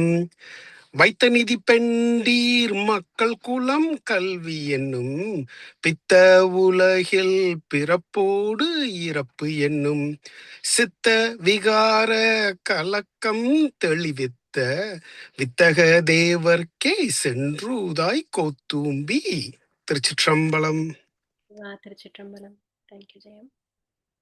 சட்டோ நினைக்க மனத்தழுது ஆம் சங்கரனை கெட்டேன் மறப்பேனோ, கேடுபடா திருவடியை ஒட்டாத பாவி தொழும்பரை நாம் உரு அறியோம், சிட்டாய சிட்டர்க்கே சென்றூதாய் கோத்தும்பி. சற்றே நினைத்தாலும் மனதிற்குள் அமுதம் போல இனிக்கின்ற, நம்ம நாள் முழுக்க எல்லாத்தையும் விட்டுட்டு ஒரு 5 நிமிஷம் முக்தா க்ஷிப்ர பிரசாதினி அப்படின்னு ஒரு லலிதா சஹஸ்ரநாமத்துல ஒரு நாமம் உண்டு. க்ஷிப்ர பிரசாதினி அப்படின்னா நினைச்ச மாத்திரத்துல உடனே அப்படியே அதற்கான அருளை கொடுக்கக்கூடியவளாம். ஓ நீ அரை செகண்ட் தானே நினைச்ச, நீ போய் 1 மணி நேரம் நினைச்சிட்டு வா அப்படியெல்லாம் சொல்ல மாட்டாளாம். நீ அரை செகண்ட் நினைச்சல என்னையா அப்படின்னு உடனே அதுக்கு உடனடியாக பலனை கொடுக்கக்கூடியவள். இப்ப சற்றே நினைச்சா கூட, அப்படி நினைச்சா கூட மனதிற்குள்ள அமுதம் போல நினைக்கக்கூடியது, ஆறுதல் தேடக்கூடிய மனதுக்கு ஆறுதலாகவும் ஆஹ் தெம்பு தேடக்கூடிய மனதிற்கு தெம்பாகவும் எப்படி வேணுமோ அப்படிப்பட்ட அமிர்தமாக வரக்கூடியவர். இனிக்கின்ற சங்கரனை நான் மறப்பேனோ, நான் மறந்துதான் போவேனோ. இங்க முன்னாடி நான் மறந்துடக்கூடாதுன்னு சொன்ன மாணிக்க வாசகர் இங்க நான் மறப்பேனா அப்படின்னு கேட்கிறாரு. அவனது அழிவற்ற திருவடியை போற்றாத பாவிகளுடன் எனக்கு உறவில்லை. அப்படி யாரும் போற்றாது இருக்கக்கூடியவரோடு எனக்கு உறவில்லை, முன்னாடி என்னை சேர்க்காதுன்னு சொன்னாரு. அடியவர் கூட்டத்துல வச்சுக்கோ அப்படின்னு சொன்னாரு. இப்ப வேண்டான்னு ஒதுக்கிறார். ஏன்னா இதுதான் வைராகியம். இந்த இடத்துலதான் அந்த வைராகியம் வருது. அப்ப இந்த தெளிவு வருது, எது தேவை எது தேவையில்லை அப்படிங்கிற அந்த தெளிவு வருது. அழிவற்ற திருவடியை போற்றாத பாவிகளுடன் எனக்கு உறவில்லை, ஒழுக்கமானவர்களுக்கு மேலோனாக இருக்கும் அவனிடமே சென்றுதாய் கோத்தும்பி. ஒழுக்கமானவர்களுக்கெல்லாம் மேலான அப்படி இருக்கக்கூடிய அவனிடம் சென்று ஊதாய் கோத்தும்பி அப்படின்னு இந்த பாடல். அருண் அவர்கள். சட்டோ நினைக்க மனத்தமுதாம் சங்கரனை கெட்டேன் மறப்பேனோ, கேடுபடா திருவடியை ஒட்டாத பாவி தொழும்பரை நாம் உரு அறியோம், சிட்டாய சிட்டர்க்கே சென்றூதாய் கோத்தும்பி. திருச்சிற்றம்பலம். திருச்சிற்றம்பலம். தேங்க்யூ அருண். அடுத்தது இதுவும் அது நமக்கு தெரிஞ்ச பொருள்ல தான் வருது. ஒன்றாய் ஒருவனாய் முளைத்து எழுந்து எத்தனையோ, ஏகன் அநேகன் அப்படின்னு 2 வார்த்தைகள்ல சொன்னாரு மாணிக்கவாசகர் சிவபுராணத்துல. அததான் இங்க பல வார்த்தைகளாக சொல்லியிருக்காரு. ஒன்றாய், அந்த ஒன்றே முளைத்து எழுந்து, அப்புறம் எத்தனையோ பல பல வடிவம் எடுத்து கவட விட்டு நன்றாக வைத்து என்னை நாய் சிவிகை ஏற்று. அந்த நாடகத்துல பல வடிவங்கள் எடுத்தாருல, அந்த பல பல நாடகங்கள்ல ஒரு நாடகத்துல என்னை நாய் போல என்னை படைத்து, அப்புறம் என்னை நாய் சிவிகை ஏற்றுவித்த, அப்புறம் என்னை அரியாசனத்துல ஏற்றி வச்ச ஒரு நாடகம். அதுவும் அவனுடைய ஒரு நாடகம். என் தாதை என் தந்தை, என் தாதைக்கும் என் அன்னைக்கும் தம்பெருமான், என்னுடைய அப்பா அம்மா அவர்கள் முன்னோர்களுக்கும் முன்னோரான எம்பெருமான், குன்றாத செல்வர்க்கே சென்றூதாய் கோத்தும்பி. இந்த வண்டுக்கு சொல்றாரு அவர் எப்படிப்பட்டவர் அப்படின்னு. அந்த மாதிரி இருக்கக்கூடியவருக்கு நீ போய் சென்றூதாய் கோத்தும்பி அப்படின்னு இந்த பாடல். மலையாச்சி அவர்கள். ஒன்றாய் முளைத்தெழுந்து எத்தனையோ கபடு விட்டு நன்றாக வைத்தென்னை நாய் சிவிகை ஏற்றுவித்த, என் தாதைக்கும் எம் அன்னைக்கும் தம்பெருமான், குன்றாத செல்வர்க்கே சென்றுதாய் கோத்தும்பி. சிவா. திருச்சிற்றம்பலம். திருச்சிற்றம்பலம். தேங்க்யூ ஆச்சி.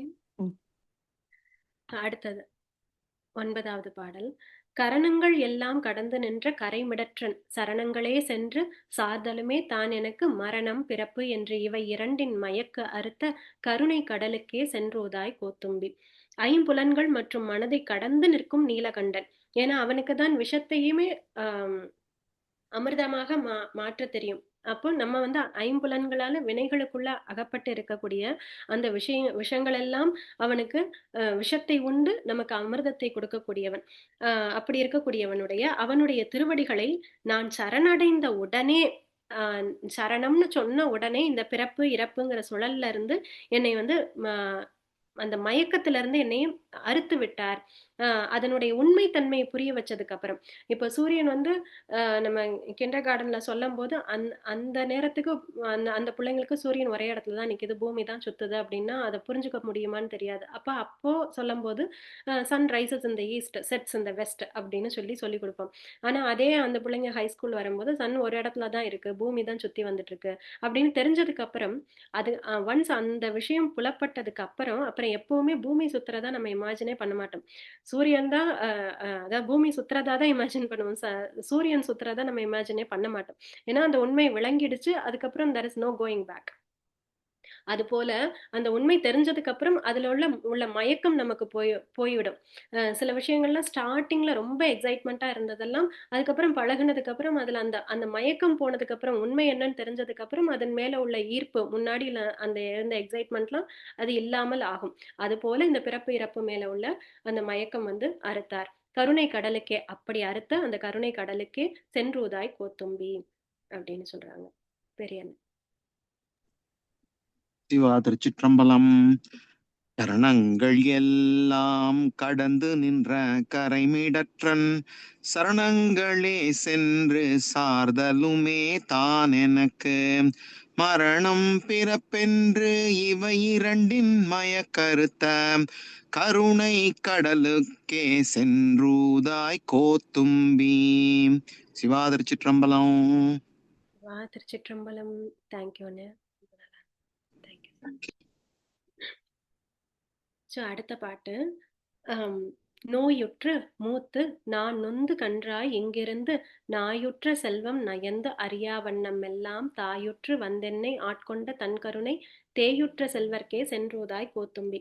நோய்வாய்ப்பட்டு முதுமையடைந்து துன்பப்படும் ஒரு கன்றை போல இங்கேயே கிடக்காமல் நாயை போன்ற இழிவான சுகங்களை நான் தேடாதபடி தடுத்தான். ஒரு தாயை போல ஓடி வந்து என்னை ஆட்கொண்டான். அந்த பேரழகு வாய்ந்த கருணை செல்வனிடமே சென்றுதாய் கோத்தும்பி. இப்ப இங்க இது வந்து எப்படி சொல்றது அப்படின்னா, இத நம்ம சாய் சச்சரித்திரத்தில இருந்தே இதை நம்ம பார்க்கலாம். அந்த ஒரு ஒரு டிவோட்டிக்கு சொல்றாரு சாயப்பா வந்து சொல்றாரு, உன்னை நான் வந்து புஷ்பக விமானத்தில் வந்து அழைத்து கொண்டு போவேன் அப்படின்னு சொல்றாரு. அப்போ உன்னுடைய இறுதி இது வந்து நான் உன்னை புஷ்பக விமானத்தில் வந்து அழைத்து கொண்டு போவேன் அப்படின்னு சொல்றாரு.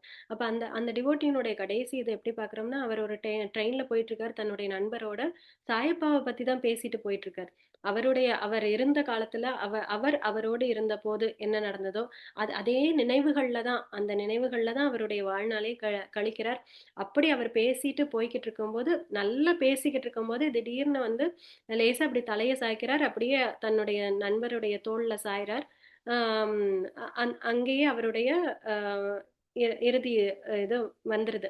அப்ப அப்படி கூட ஒரு ஒரு இது வந்து இருக்க முடியுமா அப்படின்னா, அப்ப அவருக்கு சாய் கொடுத்த வாக்கு, உன்னை புஷ்பக விமானத்தில் வந்து நான் அழைத்து செல்வேன்னா அப்படி அவருடைய நினைப்புல இருக்கும் போதே தன்னுடைய இறுதி இது இதுவாகுது. அது மாதிரி உன்னுடைய நினைப்புல இருக்கும்போது எனக்கு அப்படி இந்த நோயுற்று மூத்து நான் நொந்து கன்றாய் இங்கிருந்து நாயுற்று செல்வம் நயந்து அறியாவண்ணம் இந்த மாதிரி இதுலலாம் நான் இருந்து உழலனுங்கிற அந்த இது இருக்காது.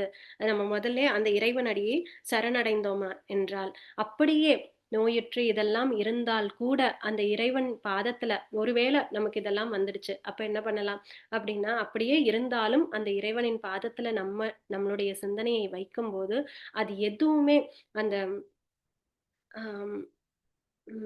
பாப்பாச்சி வீட்டுல அவங்க அண்ணன் எழுதியிருந்ததை சொல்லுவாங்க. ஒரு ஒரு ஒரு இடத்துல ரெஃபர் பண்ணியிருந்தாங்க, ஆச்சி ரெஃபர் பண்ணுவாங்க. அதாவது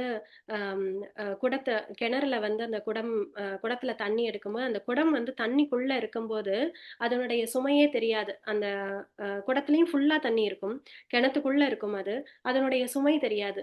ஆனா அந்த குடத்தை அந்த கிணத்தை விட்டு வெளியில எடுக்கும்போது அந்த குடம்ங்கிற நான் அப்படிங்கிறதுக்குள்ள அந்த தண்ணியை சுமந்து கொண்டு வரும்போதுதான் அது எவ்வளவு பாரமா இருக்கு அப்படின்னு தெரியும். மறுபடியும் அந்த குடத்தை அப்படியே அந்த தண்ணிக்குள்ள கொண்டு போய் வச்சோம்னா அதோட வெயிட்டே இருக்காது.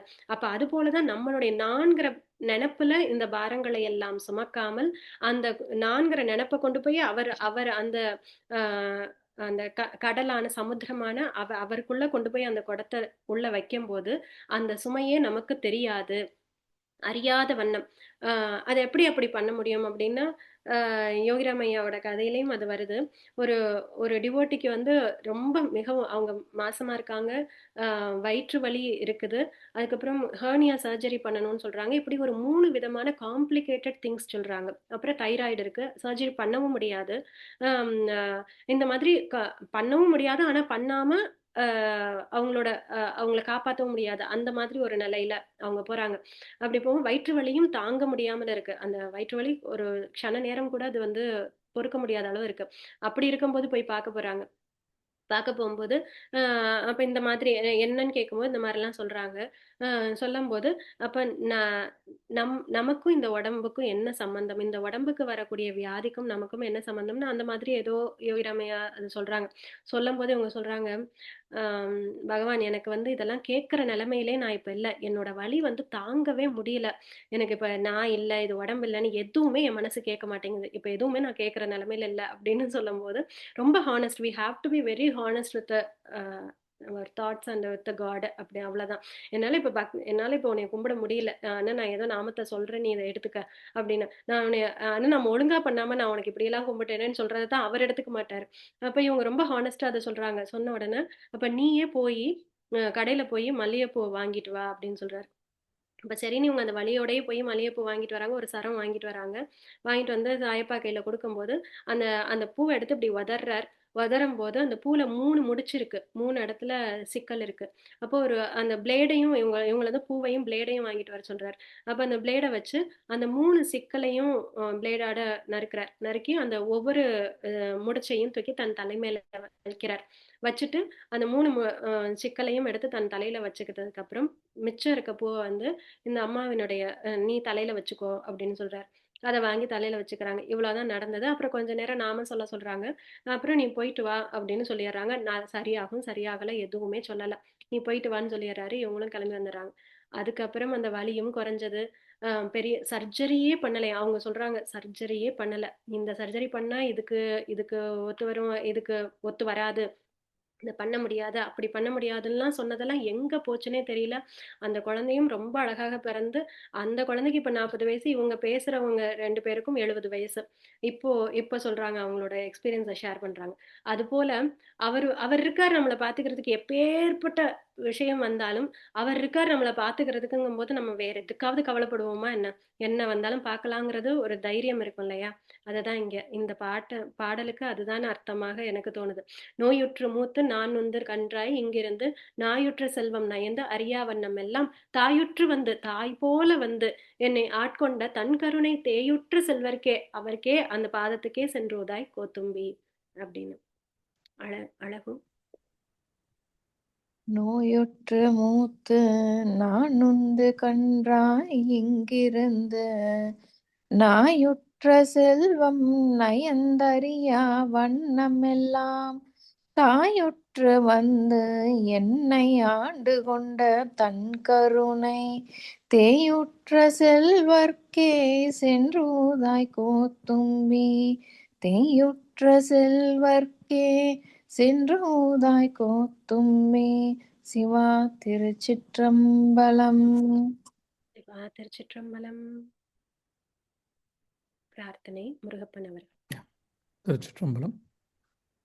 பூவார் சென்னி மன்னன் எம் புயங்க பெருமான் சிறியோமை ஓவாது உள்ளம் கலந்துணர்வாய் உருக்கும் வெள்ள கருணையினால் ஆவா என்ன பட்டன்பாய் ஆட்பட்டீர் வந்து ஒரு படுமின் போவோம் காலம் வந்தது கான் பொய்விட்டு உடையான் கழல் புகவே புகழ்மின் தொழுமின் பூப்புனைமின் புயங்கந்தாளே புந்தி வைத்திட்டு இகழ்மின் எல்லா அல்லலையும் இனியோரிடையுறு அடையாமே திகழும் சீரார் சிவபுரத்து சென்று சிவந்தாள் வணங்கி நாம் நிகழும் அடியார் முன் சென்று நெஞ்சம் உருகி நிற்போமே புரள்வார் தொழுவார் புகழ்வாரை இன்றே வந்தாலாகாதீர் மருள்வீர் பின்னை மதிப்பாரார் மதியுள் கலங்கி மயங்குவீர் தெருள்வீராகில் இது செய்மின் சிவலோகக்கோன் திருப்புயங்கன் அருள்வார் பெறுவார் அகலிடத்தே அந்தோ அந்தோ அந்தோவே வேண்டத்தக்கது அறிவோய் நீ வேண்ட முழுதும் தருவோய் நீ வேண்டும் அயன்மார்க்கு அறியோய் நீ வேண்டி என்னை பணி கொண்டாய் வேண்டி நீ அது அருள் செய்தாய் யானும் அதுவே வேண்டின் அல்லால் வேண்டும் பரிசொன்று உண்டென்னில் அதுவும் உந்தன் விருப்பன்றே வேண்டும் பரிசொன்று உண்டென்னில் அதுவும் உந்தன் விருப்பன்றே. சிவாம். திருச்சிற்றம்பலம். இன்னைக்கு பாடின பாடல் வந்து ஃபஸ்ட்டு 3 பாடல் வந்து யாத்திரை 10 அப்படின்னு சொல்லி 45வது திருப்பதிகம் தில்லையில் அருளியது. கடைசி பாடல் வந்து குழைத்த 10. திருச்சிற்றம்பலம். வாழ்த்து.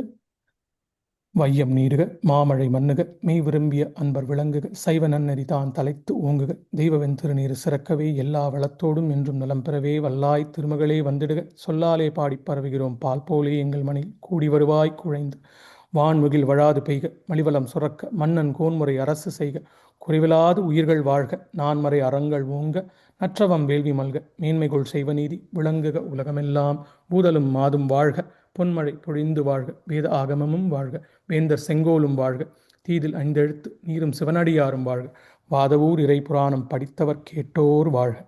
பிழை பொறுத்தல். கல்லா பிழையும் கருதா பிழையும் கசிந்துருகி நெல்லா பிழையும் நினையா பிழையும் நின் அஞ்செழுத்தை சொல்லா பிழையும் துதியா பிழையும் தொழா பிழையும் எல்லா பிழையும் பொறுத்தருள்வாய் கட்சி ஏகம்பனே. திருச்சிற்றம்பலம்.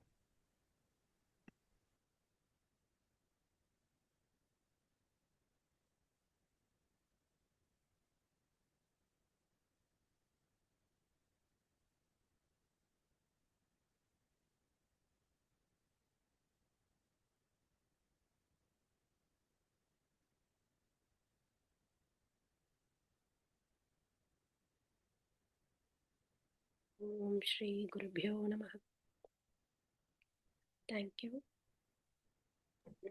தேங்க்ஸ் மீனா. தேங்க்யூ. தேங்க்யூ. ரொம்ப தேங்க்ஸ் மீனா, ரொம்ப நல்லா இருந்துச்சு. தேங்க்யூ. Thank you sir. மீனா, சொல்லுங்க அண்ணே. இப்போ டைம் ஆச்சுன்னா மேபி நாளைக்கு ஆன்சர் பண்ணலாம். நான் கொஸ்டின் போட்டிருந்தேன். இந்த திருவாசகம் டைம் லைன் வந்து என்ன, அதாவது கண்ணப்ப நாயனார் கதை சொல்றதுனால இது வந்து 63 நாயன்மாருக்கு அப்புறம் வந்தது இல்லையா? அப்படியா? ஆமா, நானும் அந்த லைனை படிக்கும் போது எனக்கு அந்த கியூரியாசிட்டி இருந்தது. சரி, ஓகே, நாளைக்கு கிளாரிஃபை பண்ணலாம். ஓகே. இல்ல நான் பார்த்தேன் அண்ணே. நான் பார்க்கும்போதே எனக்கு அந்த கியூரியாசிட்டி இருந்தது, அதனால நான் பார்த்தேன். ஆனா நமக்கு கூகுளோட டேட்டாலாம் எந்த அளவுக்கு நம்புறதுன்னு தெரியல. ஸோ நமக்கு கூகுளை வச்சு தான் நான் சொல்றேன் இப்போ.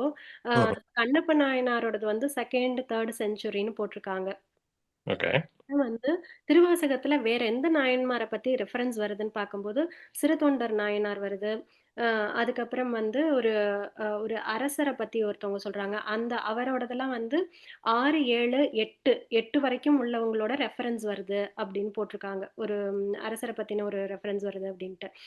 அப்ப 8 வரைக்கும் வருதுன்னா இது வந்து 9th செஞ்சுரியோட ஆரம்ப காலமா இருக்கலாம் அப்படிங்கிறது கூகுள் டேட்டாவோட ரெஃபரன்ஸ் வச்சு நம்ம வந்து பார்க்குறோம்.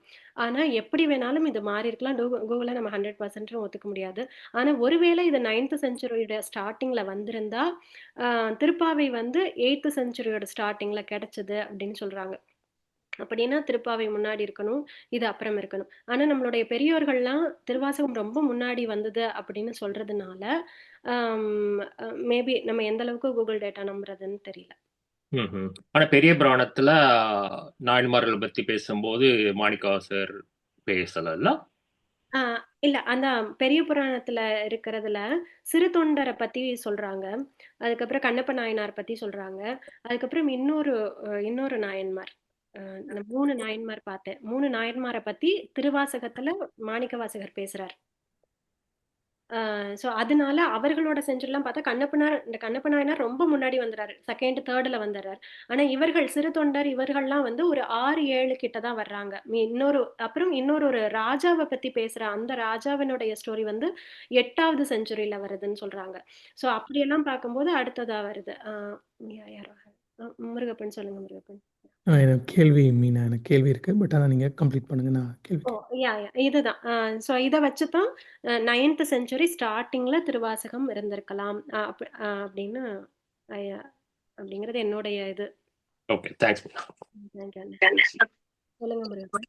என்னோட கேள்வி வந்து இப்போ நால்வர் துதி பாடுறோம், right? I mean I think Navukkarasar, Thirugnana Sambandar, Sundarar, Manikkavasagar, right? So அந்த அவங்க 4 பேரில் திருஞான சம்பந்தர் அண்ட் திருநாவுக்கரசர் வந்து contemporary, right? I mean I think அவங்க 2 பேரும் ஒரே காலத்தில், ஈவன் தோ வயசு வித்தியாசம் இருந்தாலும் they were contemporary and they were singing all of these Thevarams and all of that, right? Sundarar பின்னாடி வந்தவர். பட் மாணிக்கவாசகர் இவங்க 3 பேருக்கு முன்னாடி வந்தவரா இல்லை இவங்க 3 பேருக்கும் அப்புறம் வந்தாரான்றது முதல் கேள்வி. அதான் 9th செஞ்சுரியா இருந்தா. ஓ சாரி, முடியும். Yeah, so the other one is இவங்க பாடினதில் மற்றவங்களை பற்றி ரெஃபர் பண்ணியிருக்காங்களா அப்படின்றது இன்னும் 2வது கேள்வி. அதாவது like have they referred, but we definitely know that Navukkarasar and Thirugnana Sambandar are contemporary, like they were together and but இந்த ரெஃபரன்சஸ் வந்து have they referred each other. இப்போது இந்த 63 நாயன்மாரை பற்றி வந்து வி ஹேவ் அ சாங், இந்த தில்லைவாழ் அந்தனர் பாட்டில் எல்லாத்த பற்றியும் வரிசையாக சொல்லியிருக்காங்கல்ல. ஸோ அந்த மாதிரி இவங்க இந்த டைம் ஃப்ரேம் என்னவா இருக்க முடியும் அப்படின்னு. Yeah, I mean, if he was before, Periya Puranam was compiled during the 12th century by Sekadaran சொல்லி போட்டிருக்காங்க. Yeah, that was very, very later, right? Periya Puranam Right. was like 12th centuryல எல்லாரும் இவங்களை பத்தி எல்லாம் பேசியிருக்காங்க. இவங்களுக்கு எல்லாம் மூத்தவங்களா இருந்துச்சுனாக்கா நிச்சயமா மாணிக்கவாசகரை பத்தி வந்திருக்கணும் இல்லையா? மாணிக்கவாசகரை பத்தி they should have been there even பெரிய புராணம் வந்து 12th செஞ்சுரி ஆச்சு. ஆனா பெரிய புராணம் வந்து எதோட ரெஃபரன்ஸ்ல எடுத்ததுன்னா சுந்தரர் பாடினது. சுந்தரரோட டைம் ஃப்ரேம் பார்த்தோம்னா பிஃபோர் 8th செஞ்சுரிக்கு வந்துடும். அதாவது 5-6 செஞ்சுரியில வந்துடும்.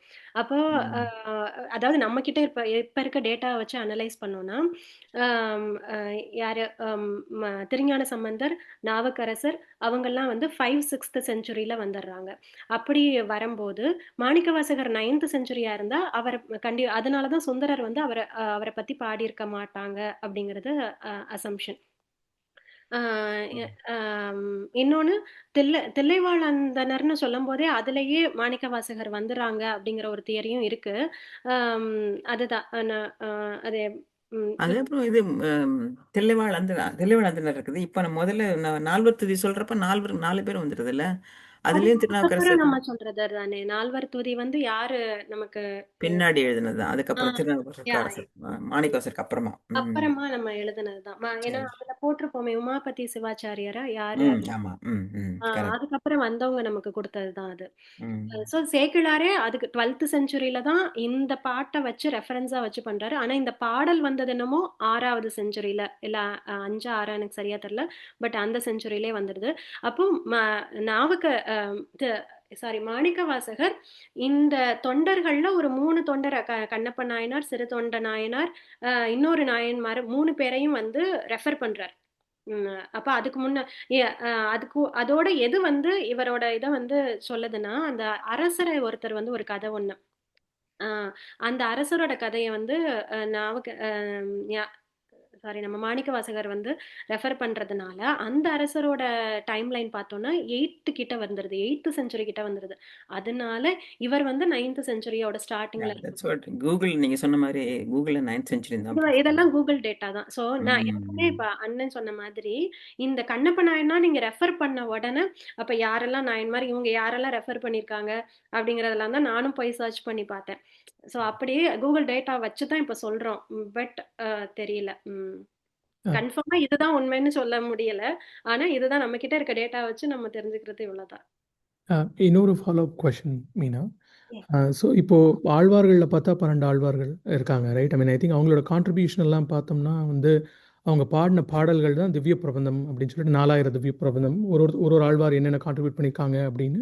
So they have their works, right? But இப்போ இந்த 4 வந்து இவங்க 4 we have like Thevaram and இவ்வளோ 12 திருமுறை இருக்குது. இந்த 63 நாயன்மார் வந்து இந்த நாயன்மார்ன்ற qualification is for the extreme டிவோஷனா இல்லை for the contribution of the சாங்ஸா? லைக் அந்த நாயனார்ன்ற எக்ஸ்ட்ரீம் டிவோஷன் தான். டிவோஷன். ஸோ அவங்க தனியாக பாடல்கள் பாடினது there is no compilation or something like that. At least உதிரி பாடல்கள் இருக்கு.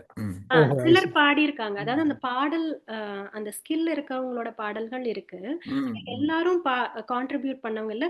முக்கியமா திருநாவுக்கரசர், திருஞான சம்பந்தர் இவங்களோட கான்ட்ரிபியூஷன் வந்து ஜாஸ்தி. அது அந்த மாதிரி கான்ட்ரிபியூட் பண்ணவங்க எல்லாரோடதையும் சேர்த்துதான் 12 திருமுறைகளா கொண்டு வந்துட்டாங்க. ஆனா இந்த 63 நாயன்மார்கள் அதாவது என்ன சொல்றது, இட்ஸ் அ பிக் ரோல் மாடல்ல They நான் are an example for extreme devotion. Portion. அடியார்னா எப்படி இருக்கணும் Yeah, எல்லாரோட. so from various walks of lifeல வந்து ஒரு அவங்கவுங்க லைக் how they எப்படி சிவனை வழிபட்டாங்க அப்படின்னு ஒரு ஆமா, எக்ஸாம்பிள். எல்லாரோட அடியார் ஸ்டோரியிலையும் ஒரே ஒரு பேட்டர்ன் பார்க்கலாம். அதாவது எத்தனை நம்ம டிஃப்ரெண்ட் ஸ்டோரி. தொகையடியார்கள்னு சொல்லுவாங்கல்ல, மற்றவங்க தனித்தனி கொஞ்சம் கொஞ்சம் பாடல் எழுதியிருக்காங்க. ஆமா. ஸோ எல்லாரோடதுலயும் ஒரே பேட்டர்ன் பார்க்கலாம். என்னன்னா, ஒரு சர்வீஸ் அவங்களோட என்விரான்மெண்ட்டுக்கு தகுந்த மாதிரி அவங்களோட மனம் புத்தி அப்படின்னு சொல்றோம்ல, இயல்பு வாகு அப்படின்னு அதுக்கு தகுந்த மாதிரி ஒரே ஒரு சர்வீஸ் எடுக்கிறாங்க. அந்த ஒரு சர்வீஸை என்ன ஆனாலும் பண்ணுவேன். அப்ப அதுல ஒரு நாயன்மார் வராருல, எனக்கு அந்த பேர் ஞாபகம் இல்லை. அப்ப அதுல ஒரு நாயன்மார் வர விளக்கேத்துறத அவர் வந்து சர்வீஸா வச்சிருக்காரு. விளக்கேத்துறது ரொம்ப சிம்பிள் தானே, ஆனா நான் எப்படி பண்றார், என்ன வந்தாலும் விளக்கேத்துறத விட மாட்டேன் அப்படின்னு பண்றார். அப்ப எண்ணெயே இல்லாம நெய்யே இல்லாம ஆக்கும்போது ரத்தத்தை ஊத்தி ஏத்துறாரு, அந்த விளக்கு எரியுது. அப்ப எப்படி அது எரிய முடியும்? ஆனா எரிய வைக்கிறாரு. ஆனா ரத்தத்தை ஊத்துறதுக்கு அந்த அந்த ஒரு டிட்டர்மினேஷன் வேணுமே, என்ன பண்ணாலும். ஒரு நாயன்மார் என்ன பண்றாரு, கல்ல கொண்டு சாமி மேல கொண்டு போய் போடுறாரு. ஆனா அது டெய்லி பண்றாரு, விடாம பண்றாரு.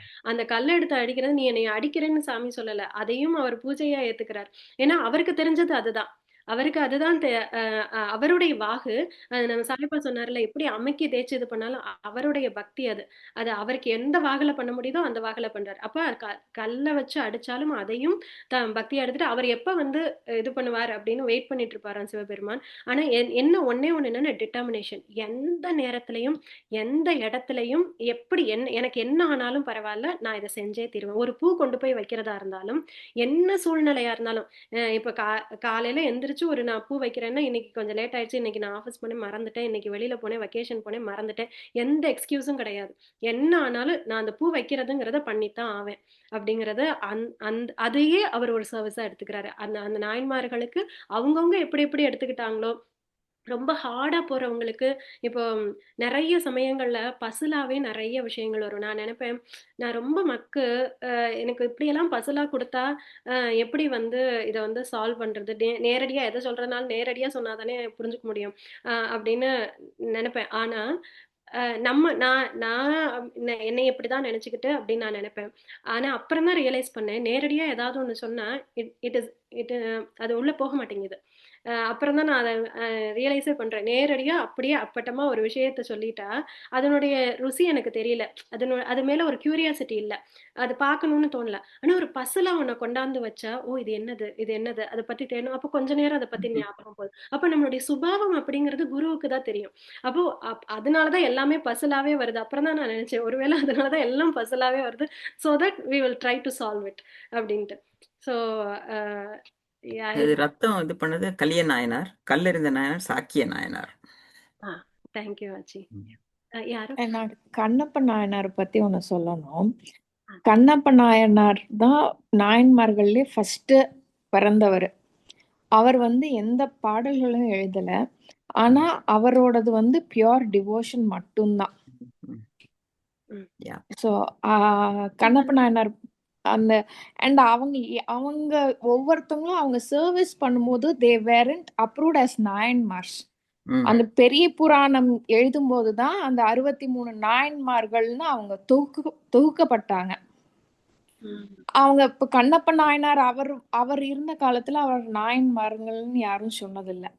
அந்த பெரிய புராணம் தான் வந்து ஒவ்வொருத்தங்களா வரிசைப்படுத்தியிருக்காங்க. இந்த நாயன்மார் பத்தி சொல்லும் போது இந்த பாயிண்ட் சொல்லணும்னு நினைச்சேன். அதாவது அவங்களை எப்படி பிரிச்சாங்கன்னா, வன் தொண்டர் மென் தொண்டர் அப்படின்னு பிரிச்சிருக்காங்க. இப்ப பூசலார், முருகநாயனார்லாம் வந்து பாத்தீங்கன்னா அவங்க வந்து அவங்களோட வாழ்க்கையில இருந்து வந்து எந்த எக்ஸ்ட்ரீமுக்கும் போகாம இயல்பான வாழ்க்கையிலே தொண்டு பண்ணாங்க. பூசலார் பாத்தீங்கன்னா மனசுலே கோயில் கட்டி வழிபட்டார். அது மாதிரி முருகநாயனர் வந்து பூ தொடுத்து வழிபட்டார், அவங்களுக்கும் முக்தி கிடைச்சது. இப்ப வந்து இதுல வந்து இவங்க எல்லாம் மென் தொண்டர்ல வருவாங்க. வன் தொண்டர்னு பார்த்தாங்கன்னா அவங்க வந்து ஒரு எக்ஸ்ட்ரீமுக்கு போயிடுவாங்க. அதாவது என்னன்னா, இப்ப பிள்ளைக்கறி சமைச்சவர் சிறுத்தொண்ட நாயனர், அப்புறம் ஒய்ஃப வந்து ஒரு அடியார் வந்து ஏற்பகை நாயன், அவங்க ஒய்ஃப வந்து என்னோட அனுப்புன்னு சொல்லப்ப ஒய்ஃபையே அனுப்பி வச்சார். ஸோ அவர் வந்து ஏற்பகை நாயன். ஸோ அந்த மாதிரி உள்ளவங்க ஒரு எக்ஸ்ட்ரீமுக்கு போய் அந்த டிவோஷனை காமிக்கும் போது அவங்க எல்லாம் வந்து வன் தொண்டர் அப்படிங்கிற அந்த 2 கேட்டகரியா பிரிக்கிறாங்க. எனக்கு ஒரே ஒரு அதான் வந்து கொஸ்டின். சொல்றேன். மீனா ஒண்ணு மட்டும் சொல்லணும்னு நினைச்சேன். இது மாலா. ஆம், ரொம்ப நல்லா போயிட்டு இருக்கு. First of all so nice, so blessed. என்ன சொல்லணும்னா, இந்த நாயன்மார்கள் வந்து is definitely staunch devotees, you know 100%. இன்னொன்னு வந்து என்னன்னா, அவங்க they were spreading Saivam, right? At that time the இந்த பௌத்த மதம், புத்த மதம் ரெண்டுமே வந்து ஸ்டார்டட் டு கம் அரவுண்ட் இல்ல. அப்ப வந்து இந்த சிவா டிவோட்டிஸ், இந்த நாயன்மார்கள் தான் இதையும் ஒரு இதுவா சைவத்தை வந்து நம்ம இது பண்ணிடக்கூடாது, எப்படியாவது பரப்பணும், ரைட் அப்படின்னு சொல்லி அந்த இதுவும் அவங்களோட இதுல ஊந்துதலா இருந்தது. அது வந்து நிறைய இதுல அவங்க devotion becomes more shiny, right? அதுதான். பட் அண்டர் நீத் பார்த்தா திருஞான சம்பந்தரா இருக்கட்டும், எல்லாருமே அப்பர் சுந்தரர் எல்லாம் அவங்களோட பாட்டை ஒவ்வொரு பாக்கெட் ஆஃப் இதுல பண்ணியிருக்காங்க. அந்த சேர சோழ பாண்டிய இதுல அதுவும் இருக்குன்னு. தேங்க்யூ. அதே மாதிரி கடவுள் வந்து வித்தியாசமே பார்க்கல. அதாவது இந்த நாயன்மார்ல வந்து பாத்தீங்கன்னா அத பானை தொழில் செஞ்சவரும் நாயன்மார் தான், ராஜாவா இருந்தவரும் நாயன்மார் தான். அதனால எல்லாரையுமே வந்து ஈக்குவலா நினைச்சு அவங்கள்ட்ட வந்து பிளஸ் பண்ணிருக்காங்கிறதுதான். அநேகமா நம்ம சிவராத்திரி நாயன்மார்களை பத்தி பேசலாம்னு நினைக்கிறேன். ஏன்னா நமக்கு சிவன் ராத்திரி நாயன்மார்களை பத்தி பேசினா ராத்திரியும் முடிஞ்சிரும். சிவராத்திரி அன்னைக்கு பேசலாம். எனக்கு ஒரே ஒரு கொஸ்டின் இருக்கு. நம்ம வணிகர் உலகத்துல வந்து 5 நாயன்மார்கள் பிறந்ததா வந்து சொல்றோம். எனக்கு அதுல 4 பேர் தெரியும், 5ஆவதா யாருன்னு தெரியல. காரைக்கால் அம்மையார் பேரும் தெரியுமான்னு தெரியல. காரைக்கால் அம்மையார், ஏற்பகை நாயனார், மெய்ப்பொருள் நாயனார், மூர்த்தி நாயனார், இன்னொருத்தர் யாருன்னு தெரியல. இது அவர் யாரு வந்து குறும்ப நாயனாரா? அவர் வந்து இல்லையே, குறும்பர் குலத்துலதான் பிறந்திருப்பாரு அவரு. கரெக்டா?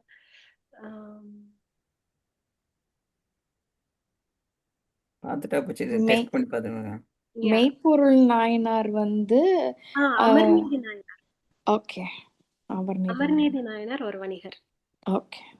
அவர் வந்து தன்னுடைய குடும்பத்தையே அந்த தராசு தட்டுல ஏத்துவார். அவர் மெய்ப்பொருள் நாயனார் இல்லையா? மெய்ப்பொருள் நாயனார் வந்து அரசர் இல்லையா? மெய்ப்பொருள் நாயனார் வணிகர்ல வரமாட்டாரே. வரமாட்டாரா? அமர்நீதி நாயனார் தான் வருவாரு. அப்பனா மெய்ப்பொருள் யாராவது தப்பா இருந்தா கரெக்ட் பண்ணுங்க. மெய்ப்பொருள் நாயனார் வந்து அரசர் தான். அவருக்கு தான் அந்த பகை நாட்டு சிவபெருமானா வேஷம் போட்டுட்டு வந்து கொள்றது மெய்ப்பொருள். Okay okay. 3 நாயன்மார்கள் தான் போட்டிருக்கு வணிக குலம்னு. இல்ல, சோசோ மீனாட்சி சுந்தரம் ஐயா 5 பேர் இருக்கிறதா ஒரு இதுல சொல்லியிருக்காரு, ஒரு ஸ்பீச்ல. திருநீலகண்ட நாயனாரும் இருக்காங்க இல்லையா? அது இல்ல திருநீலகண்ட நாயனார் இஸ் நாட். அவர் புயவர் வேற ஏதோ வருது. அந்த குங்கலிய இல்ல, குங்கலிய கலை நாயனாரும் இல்ல. காரைக்கால் அம்மையார் கண்டிப்பா. ஏற்பகை நாயனார், மூர்த்தி நாயனார், இன்னும் ஒரு ஆள் மட்டும்தான் தெரியல. திருநீலகண்ட நாயனார் வந்து உணவு வந்து அடியார்களுக்கு உணவு வழங்கினார். திருநீலகண்டர் வந்து நீலகண்டம்னு சொன்னவர் இல்ல? இல்ல, அவர் வந்து அவருக்கும் அவர் மனைவிக்கும் ஏதோ கான்ஃபிளிக்ட் ஆகி என்ன தீண்டாதீங்க, உண்மை தீண்டாதீர்னு சொன்னார். ஆமா, அவங்க வயோதிகம் ஆகிற வரைக்கும் அவங்க ஒண்ணு சேராம இருந்து அப்புறம் சிவபெருமான் தோன்றி அவங்க இல்ல நீ ஒரு வழக்கு தொடுத்து நீ உன் மனைவி கைய பிடிச்சு சத்தியம் பண்ணணும்னு சொல்லி இவர் வந்து சொல்றதும் கரெக்ட். அவர் வந்து This is what we have. Amarneethi Nayanar, Karaikal அம்மையார், அப்புறம் ஐ திங்க் ஏற்பகை நாயனார் சொன்னோம் நம்ம. அப்புறம் மூர்த்தி நாயனார். மூர்த்தி நாயனார் மூர்த்தி நாயனார் தான் ராஜாவா, அதாவது சந்தனம் அரைச்சு கொடுத்து அப்புறம் ராஜாவானவர். யானை வந்து ஆமா ஆமா. ஆக்சுவலி அவருக்கு சந்தனம் அவருக்கு வந்து கொடுக்க கூடாதுன்னு தடை செஞ்சு சந்தனமே கிடைக்காம அவர் கையவே அரைச்சு சந்தனமா சிவபெருமானுக்கு இது பண்ணவர். ஆனாலும் ராஜாவாயி அவர் வந்து அந்த ராஜாவோட கோலத்துல இல்லாம ஒரு முனிவரோட கோலத்துலதான் அரசாங்கம் ஆட்சி செஞ்சாரு. அவரோட கண்டிஷனே என்னன்னா, நான் ராஜாவானாலும் நான் சடாமுடியே எடுக்க மாட்டேன் அப்படின்றத ஆமா, condition. அதனால அவர் முடி அவரோட சுடிக்கல. அந்த கோயில், அவர் கட்டின கோயில்ல இன்னைக்கும் சிவன் கோயில்ல சடாரி வைக்கிறதா சொல்றாங்க. ம், ம், சிவன் கோயில்ல சடாரி வைக்கிறது அவர் கட்டின கோயில் அங்கதான் பண்ணுவாங்களாம். ம், ம். அவர் வந்து மணிமுடி தரிக்கல. ம். அவர் அந்த ஜடா முடியோட தான் வந்து ஆட்சி செஞ்சாரு. ஓகே. இந்த நாயன்மார்கள் ஊர்ல எல்லாம் போனோம்னா அந்த திருவிழா போது அதை செஞ்சே காட்டுறாங்களாம், அது என்ன நடந்தது திருப்பு அப்படின்னு. இதுல ஏற்பகை மயிலாப்பூர் நாயனார் அந்த மயிலாப்பூர் மாதிரி. மயிலாப்பூர் அந்த இதுல அந்த 63 கரி விழாவே நாயனார். நடக்கும். இங்க முருகப்பன் போட்டிருக்காங்க, கரி நாயனார்னு போட்டிருக்காங்க. கரி நாயனாரா? ரோஜா முத்தையா லைப்ரரியில இருந்து ஏதோ ஒரு 5 நாயனார் இருக்காங்கன்னு சொல்லி போட்டிருக்குது. கரி நாயனாரா? ஓகே. 5வது கரி நாயனார்னு போட்டிருக்காங்க. கேலக்ஸி டேப் நாயன்மார் நகரத்தார் ஐவர். ஆனா அவரோட ஓபன் பண்ண வரலாறையும் இட்ஸ் ஒரு நாட் நாள் ஷோயிங். தெரிஞ்சுக்கணும். I have this curiosity. இந்த நாயன்மார்கள் ஏன்னா அதாவது நம்ம பிள்ளைகளுக்கு சொல்லி நம்ம வளர்க்கலாம். நம்ம குலத்திலயும் இந்த மாதிரி தொண்டு செஞ்சிருக்காங்கன்னு இன்னைக்கு இருக்கிற பிள்ளைங்களுக்கு நிறைய தெரியறது கிடையாதுல்ல.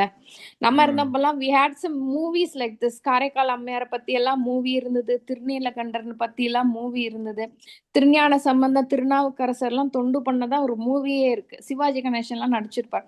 அப்போ அதெல்லாம் பார்த்திருக்கோம். இன்னைக்கு அதெல்லாம் யாரும் பாக்குறதுக்கு பொறுமை இல்லை.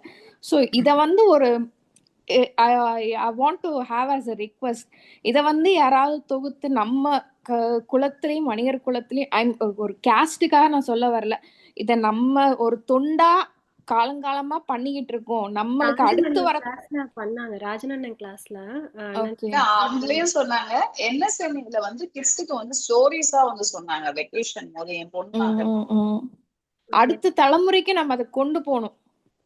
அவங்க அளவுக்கு பண்ண முடியலனாலும் நம்ம தலைமுறையும் அடுத்த தலைமுறையும் அதுல வந்து ஒரு சிறு அளவேனும் we should take them to do.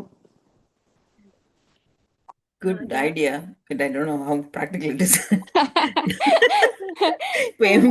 எனக்கே நானே நிறைய கத்துக்கிறேன் இப்ப இங்க தேவர கிளாஸ்ல இந்த கிளாஸ்ல இருந்தெல்லாம்.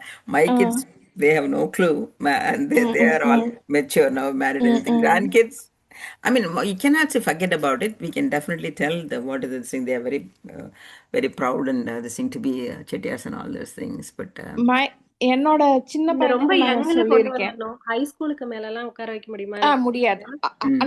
நான் ஒத்துக்கிறேன். ஏன்னா because I have lot of curiosity. நான் சின்ன பிள்ளைங்களுக்கு ரொம்ப முன்னாடி எடுத்திருக்கேன், நம்ம பிள்ளைங்களுக்கு எடுத்திருக்கேன். ஒரு பையன் கேட்டான், அதாவது தோடுடைய செவியன்னு சொல்லி ஆரம்பிச்ச அந்த பாடலுக்கு மீனிங் சொன்னேன். ஐ ஆல்வேஸ் லவ் அந்த கிட்ஸுக்கு எக்ஸ்பிளைன் பண்றது. There are so many curiosity minds. அவங்களோட கண்ணு அப்படியே பளபளன்னு இருக்கும், அப்படியே லெசன் பண்றதுக்கு அப்படியே ரெடியா இருப்பாங்க. எல்லாத்தையும் எடுத்து எடுத்து அதுல கொஸ்டின் ஷூட் பண்ணுவாங்க பாருங்க. அந்த இது தோடுடைய செவியன் அந்த பாடல் சொல்லி முடிச்சுட்டு இந்த மாதிரி அவருக்கு வந்து அந்த பால் வந்து அம்மைய அவங்களுக்கு புரிஞ்ச மாதிரி அந்த சிவனும் பார்வதியுமே வந்து கொடுத்தாங்களாம். அப்படின்லாம் சொல்லும் போது உடனே வந்து கேட்டான். அவன் கேக்குறான், வந்து கொடுத்தா ஆமா இவங்க தான் கொடுத்தாங்கன்னு சொல்ல வேண்டியதானே, அதுக்கு எதுக்கு இவ்வளவு பெரிய பாட்டு? இவங்க அந்த அவங்க அப்பா அடிக்க வந்தாங்க, அப்ப தோடுடைய செவியன்னு அந்த பாட்டை பாடினாரு அப்படின்னு சொல்லும் போது அவங்க கேட்டா இவங்கதான் கொடுத்தாங்கன்னு சொல்ல வேண்டியதானே, அதுக்கு எதுக்கு இவ்வளவு பெருசா பாட்டு பாடணும் அப்படின்னோன்னா அப்போ வந்து ஐ வாஸ் சோ இது உடனே டக்குன்னு என்ன சொல்றதுன்னு தெரியல. அப்புறமா கொஞ்ச நேரம் கழிச்சு சொன்னேன், இல்ல if you are so excited about something that happened in your school or in your friend circle, ஏதாவது ஒண்ணு நடந்திருந்ததுன்னா நீ வந்துச்சு இது முடிஞ்சிருச்சுமா அப்படின்னா நீ முடிப்ப, நான் இங்க போனேன், இது பண்ணேன், என் ஃப்ரெண்டோட இப்படி பண்ணேன், இங்க இது நடந்தது அப்படின்னு எல்லாத்தையும் சொல்லணும்னு உனக்கு தோணும்ல. அப்போ காடே வந்தா அப்படித்தானே அவரும் எக்ஸ்பிளைன் பண்ணிருப்பாரு அப்படின்னு. ஓ ஓகே. இதுக்கு நான் வந்து பெரியவங்களுக்கு ஒரு எக்ஸ்பிளனேஷன் சொல்றேன். இது வந்து அந்த காலத்துல ஏன் அவங்க நடைமுறை பேச்சுல கொண்டு வராம இந்த செயல் வடிவத்துல கொண்டு வந்தாங்கன்னா, it will have more meaning inside it. அந்த ஒவ்வொரு சொல்லுக்குமே நிறைய பொருள் உள்ள இருக்கும். அது அப்படி வளர்த்ததுனாலதான் தமிழும் வளர்ந்தது. பெரியவங்களுக்கான எக்ஸ்பிளனேஷன், கிட்ஸுக்கு இதை எக்ஸ்பிளைன் பண்ண முடியாது. என் பையனும் இந்த கேள்வி கேட்டான், பட் அவனுக்கு நான் வந்து சொன்னேன், இன்னைக்கு நீ போயம் படிக்கிறீங்கல்ல, நீங்க போயம்க்கு அதிக எவ்வளோ கிராமர் இருக்கு, எவ்வளோ மீனிங் இருக்கு ஒவ்வொரு போயத்துலயும். நீ சும்மா ஒரு பேராகிராஃப்ல உனக்கு அவ்வளோ மீனிங் இருக்காது. So poem gives you more meaning and it will develop the language a lot. அந்த போயம்னா அது வந்து அதுக்கு வந்து லைஃப் ஜாஸ்தி, ஒரு பேராகிராஃப்க்கு லைஃப் கம்மி. அது ஒண்ணு. அண்ட் காரைக்கால் அம்மையார படத்தை என் சின்ன பையனை பார்க்க வச்சேன், என்னால என் பெரிய பையனை பார்க்க வைக்க முடியல. ஆஸ் யூ செட், கிட்ஸ் வந்து யங் ஏஜ்ல இருக்கும்போது we can mold them. அவன் பெரியவன் ஹை ஸ்கூல் போயிட்டான், அதனால என்னால அவனை வந்து ஒன்றும் பண்ண முடியல. சின்னவனுக்கு சொல்ல முடியுது, அவன் கொஞ்சம் புரிஞ்சுக்கிறான். ஸோ நம்ம